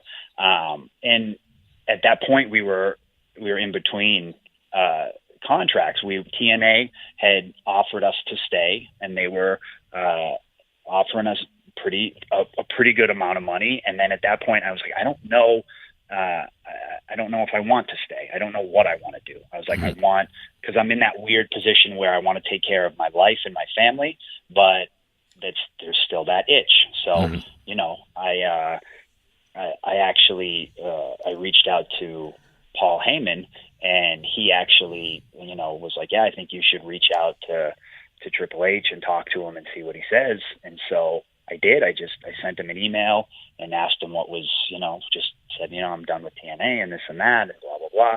And he emailed me back, and he was really nice about everything. And he was just like, all right. He's like, yeah, I'll have someone be in touch with you. And, you know, I'm so used to, I'm kind of jaded in wrestling, just through everything. So hearing that, I was like, that was great. He was really nice. The most I took out of it was, wow, he was really nice about everything. Cool. You know? And I was like, but if I don't hear from anyone, I'm not going to be surprised. Yeah. And so, but, you know, a week later, or maybe a couple weeks later, I don't know, Regal called me, and they said, he's like, yeah, no, they offered me a contract, and I was blown away. You know, I was just kind of like, holy cow. I think it was like, end of January or so. And I was blown away. I like remember looking at Maria, and I was like, yeah, they offered. And she was like, oh, well, what is it? Is it NXT? And I was like, no, they want to bring us right up to the main roster. And I was like, you know, and she's like, holy cow. And I was like, well, we got to take it. And so we had to reach back out to TNA and be like, oh, we're going to go in a different direction, it's this weird dynamic, because you want to keep everything a secret and quiet, which is impossible to do in the wrestling business nowadays. So we had talked to TNA, and we were actually really close to re-signing. And, you know, it was like maybe a week before we re-signed, where Kevin Owens reached out to us, and he's like, what are you guys doing? I heard you're re-signing with TNA. I don't think you should do that. That's a stupid idea. You should come here. And you know, and we were like, well, we're going to re-sign. He's like, I think you should just wait off a week or so. And he's like, when we saw him the first time at TV, he's like, aren't you glad you listened to me? Because like, he actually kind of put a brakes on us re-signing with TNA. Re-signing.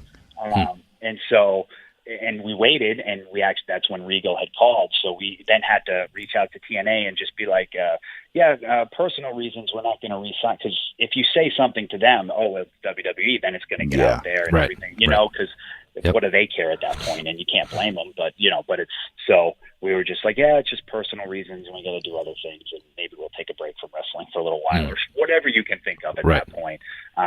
You know, and it sucks for me, because I had a great time at TNA, like the locker room, the roster, and I didn't really get a chance to say that, because everything was so quiet and like hush hush about WWE. So like it kind of hurt for me, because guys like EC3 and Rockstar Spud and like the Hardys were so great there, and Eli, like all those guys, like the locker room was great. And I think that's what bothers me the most about all the crap that goes on, because that locker room is fantastic. And, Well, guess what? You just had the chance on the ENC Pod of Awesomeness to tell them. Now we just got to hope anybody actually listens to this thing, and then word will get to them eventually. But no, I get it. I understand. You wanna do things the right way. They were good to you. You don't want anyone to walk away from with a bad taste in their mouth. But I think. Right.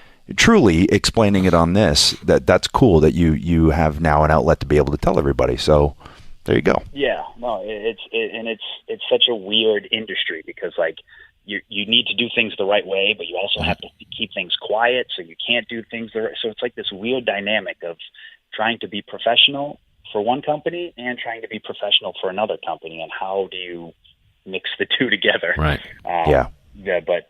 So, yeah, and so we just, he reached out to us, and right around the end of March is when we officially signed our deal with WWE, and we were just ecstatic, and then it was, all right, and then we just waited until they were ready for us. Mm-hmm. So how's that waiting period feel? Like, what are you thinking at that point going, oh, man? It felt like 10 years. Yeah. You're sitting there, and in theory, it's lovely. I've been wrestling for 15, 16 years. In theory, it's great. Oh, I'll have 3 months to sit at home and relax. But after 2 weeks, me and Maria and you just our want to get dogs started, are ready to all kill each other.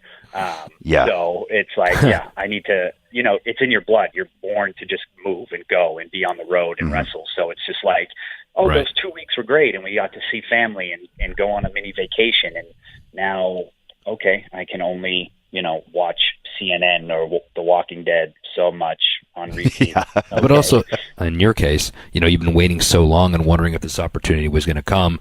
Now it's here, and you wanna jump in with both feet, right? So but the cool thing is too, you're talking about traveling a lot. The great thing is that you get to travel with your wife, and it sounds like you guys have a great relationship and you enjoy spending time together. So that's cool that you get to do that together as well. We're actually, it's funny because we're better on the road than we are at home together. If we're at home too long together, that's when we argue and fight. When we're on the road and it's stressful and going through security and we have to find hotels and rental cars and where we're going to eat, nothing, no problem. Smooth as can be. Like it's the opposite of what most relationships go. The people, when they travel, they're at each other's throat. We're the opposite. If we're home and we're just staring at each other, we're like, all right, that's enough of you. But it's interesting. It is like when Beth and I take trips now, easy because we're both well traveled. We're both road hogs, so it's like, okay, this, and there comes a point at home where we look at each other. She goes, "You need to go read, like just go read a book." I'm like, okay, yeah, you're right. Yeah. Maria will just leave randomly. She'll just. Or I'll be like, all right, I got to go to the gym. She's like, that's the 4th time today. I was like, yeah, but the first 2 times they just walked in and walked out. It got to that point. So it's just we have to be on the road together. But it's really nice because besides my immediate family and my parents and brothers and sisters, I don't have anyone that I miss when I'm on the road because I'm with the person that I would miss. So it's really. Yeah. I think it takes away that hardship of missing your wife and stuff. So I think that helps us, because at the end of the day, after a show, it's like, okay, we go back to the hotel and, I'd really like to see my wife. Oh, okay, she's right here with me. This is great. She's right there. It's kind of a cool thing too that I just thought of is that, Maria had been in WWE before and had left. So for her to kind of understand what it was like to be there, that whole world, the size of it, the travel, the crowds that you get to perform in front of, and then kind of knowing your struggle to get there. And now for her to see, it's got to be gratifying for her as well to finally see you get to the place where you'd always wanted to be since you started, and to experience what she had already experienced, and now doing it together is a pretty cool thing too. Yeah, and she says that to me. She's always just like, obviously she wanted to go back for a personal reason, but she always says, she's like, the most exciting part for her on this run here is she's like, I get to now witness it through you and see you do it for the first time and see what your reaction is the first time you go out there, or your reaction the first WrestleMania, or whatever, the first experience of this, or the first European tour, or whatever. She's like, I now can live it through you. which is really cool. And I think it gives her that, like you said, having already done it before, I think it gives her that extra drive for the second run. Yeah. Now, you talk about firsts and everything, so let's talk about Money in the Bank. First of all, how do you find out? What's your reaction? And then when you go out there the other night, you hear that the music, the reaction, what's the feeling then? Like, how does it change? Like, what's going through your mind? What's going through your heart at that point? Well, we heard, so we've been sitting in, I think it was just around 3 months at that point, and finally we got the call from Mark Carano, and he's like, all right, it's going to be Money in the Bank.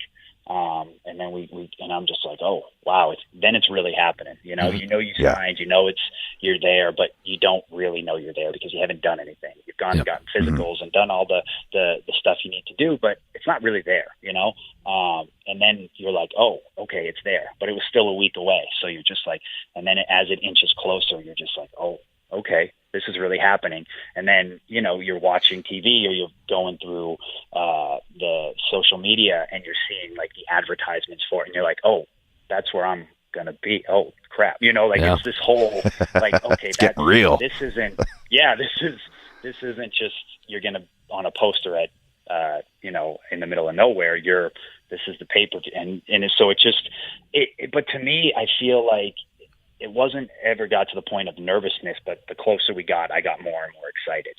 And it was just like, oh, okay, I get to do this. Oh, this is awesome. Okay, cool. And then the day finally gets there and you arrive and, I like to think that everything in life happens for a reason. And when I got to the building, I was very relaxed and excited. And I thought to myself, you know what? The reason it took 15 years was so I could be feeling this way right now. Because 5 years ago, having already been wrestling for 10 years, I wasn't ready for this.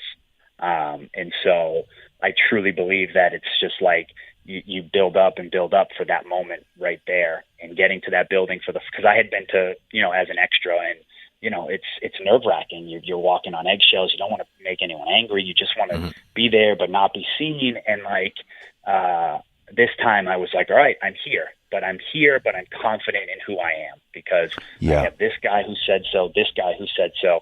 I have 5 years at Ring of Honor. I have 2 years at New Japan. I have a year and a half at TNA. I have the backing of these guys and this, and it's just like, it's that reassurance. And I felt like all that built up for literally that moment of pulling into the arena, stepping out of the car and being like, okay, I belong here. This is where I was meant to be because now I'm comfortable. Well, you've done as much as you can from a territory standpoint, even though there isn't the territories anymore. You've done the current version of that. And also, like you said, you're not an extra coming in and walking on eggshells and, I got to make sure I shake everybody's hand and I don't want to rub anybody the wrong way. You're being brought in with a character. You're being debuted at a pay-per-view. So that's going to give you that confidence that you said you got from Lance or Scotty throughout the years. Like, okay, this company sees something in us and they're going to give us a shot here. Right. And it just, and I, like you said, I think honestly that part too of, okay, yeah, there's a reason why it was, okay, yes, you can come right to the main roster. Okay, yes, we're going to put you on a pay-per-view. Like, which is huge. Whenever because right now going through NXT seems to be the way and kind of introduced, but you hopped right past that, and that's great. We were watching it because, Beth really wanted to see the women's Money in the Bank ladder match, and you guys popped up. I was like, oh, that's awesome. He jumped right by NXT. This is great. Because just from talking to you and the few times that we have, I'm like, oh man, I like this guy, so to see you coming out on the pay-per-view, I was very happy for you guys. Oh, thank you. That means a lot. It was, it was just, to me, it was cool. I just, people keep asking me like, oh, I was like, it was just fun. I just had fun. I spent so much before where I am now, dealing with the miserableness and the struggle. And I know for a fact, the life on the road, and it's only going to get harder. But for me, that moment right there, I just soaked it in. I was like, I for everything I went through, for every crappy hotel I slept on the floor, slept in my car, put myself in debt, like all this crap, and just over and over again, and every, demon that you overcome, and every battle that I was like, for all that, I'm just going to enjoy this moment, this weekend right here of being for the very first time. And so whenever I'm just like, it was great. I don't, I know the hard work starts now, but for that moment right there, it was well worth the 15-year build-up. Well, you know what, too, man? You know what you have to do? At least this is what I try to do, is every night at some moment, take that moment to soak it in because of all the work to get there. But, like, I even think back to my last match. Was it WrestleMania? Was it the one in Atlanta? Yeah, that one. My last match. But if you watch it back, you can see, and I remember doing it. I got up on the ropes, and I just looked around like, man, this is really badass. And you never know what will be the last one. And I remember thinking it that day, and my buddy Mike from college texted me. He goes, hey, man, are you retiring or something? Because you just look different when you were up on those ropes. And I was like, I assumed it might be my last WrestleMania, so I just wanted to take it in. But every night I would go out there and just take a moment to soak it in and soak in how cool it was, and then nose to the grindstone and, bust your ass. Because like you said, now is the real, getting there, you think, is the hard part. You really do. Right. And you've been around enough to know that that's not the case. It's excelling there. Yeah. Getting there and staying there are two different things, and getting there and rising up the card are two different things as well. And it sounds like you understand that, which is a good thing. Yeah, and that was, I just after the pay-per-view, we were driving back to the hotel, and Maria was like, all right, well, how do you feel? And I just remember looking at her, and I said, I feel like I want to do everything in my power to make sure I stay here and never go back to where I was. And I'm going to do that. And I was like, that's how I felt. I was like, I just want to be here now. And that's it. I was like, I'm going to do what I need to do to be here. And I did everything I needed to do to get here. Right. Now I'm going to do everything I need to do to be here and stay here and just finish off here. Yeah, and I had texted you, but I said after watching, it's like the key now is just commit to it. Commit to whatever the character is, whatever it is, and as long as you commit, people will get with it. Like I remember the storyline with Vicky, and Vicky and I were like, oh, wow, okay, because it was thrown on us, like literally 1 minute before we did our first pre-tape where we kissed, that was thrown at us. Vince goes, okay, I want you two to kiss. We're like, whoa, all right. And he obviously did it on purpose, but we looked at each other, and the first thing that went through my mind is Eddie. I was like, I don't know if I can do this. And Vicky was like, we got to do it. And I was like, yeah, we just got to go for it. So we committed to it, and then we had fun with it. And that's what you got to do, Yeah. That's, and, me and Marie were talking about it, and it's because obviously after you debut, you hear a million different things. People love it, people hate it, people are like, I just want to see where it goes, or people don't even want to give it a chance. And in my head, it's exactly what you said. I'm like, you know what? We're just going to do it, and because what's going to happen is if we don't, it's not going to happen. Yeah, if you don't own it, exactly. Yes, and we're just going to go. And, that's the way Maria thinks about everything anyways. So it was just me reassuring myself that that's what it's going to be. And so we're just, just like you said, when you texted it, we're just going to go, and it's funny because when you texted me that too, Paul Heyman texted me almost identical, the same thing. It was like, congratulations. He goes, now own that, now own it. And he's like, you worked this hard, now own it. And I was like, okay, I think there's a reoccurring theme here.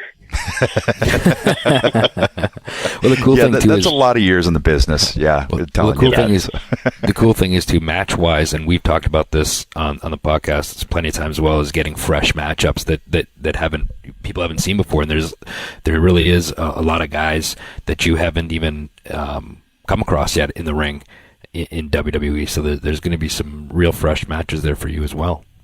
Yeah, and I think that's what I'm excited about the most, because obviously the guys like AJ Styles and Kevin and Sammy, like I've been to Ring of Honor in Japan with them, so I know, and so I'm excited to work with them on a bigger level. Yeah. And then obviously the guys who I've never worked with, like Jinder and Randy and all these guys, who I've never had the privilege to be in the ring with, I'm now going to get the chance to actually to be in the ring with. And that's the part I'm itching at now. It's like, all right, I want to get in there with Randy. I want to see what me and him can do, because I think that would be fun. And sure. You get excited about it, Yeah. Yeah, that's, before I made it to WWF, I know I would think of team matches that Jay and I could have as like Furnace and LaFawn and Owen and Bulldog. Like, I'd think of spots that we could do with them and everything. And then I'd think singles, like, okay, what if I ever got in with Owen in the singles? And then sure enough, my second pay-per-view, Jay's debut, I'm wrestling Owen Hart. So I was like, hey, Owen, I got a bunch of ideas that I thought about 5 years ago. And I've been holding on to for just this moment.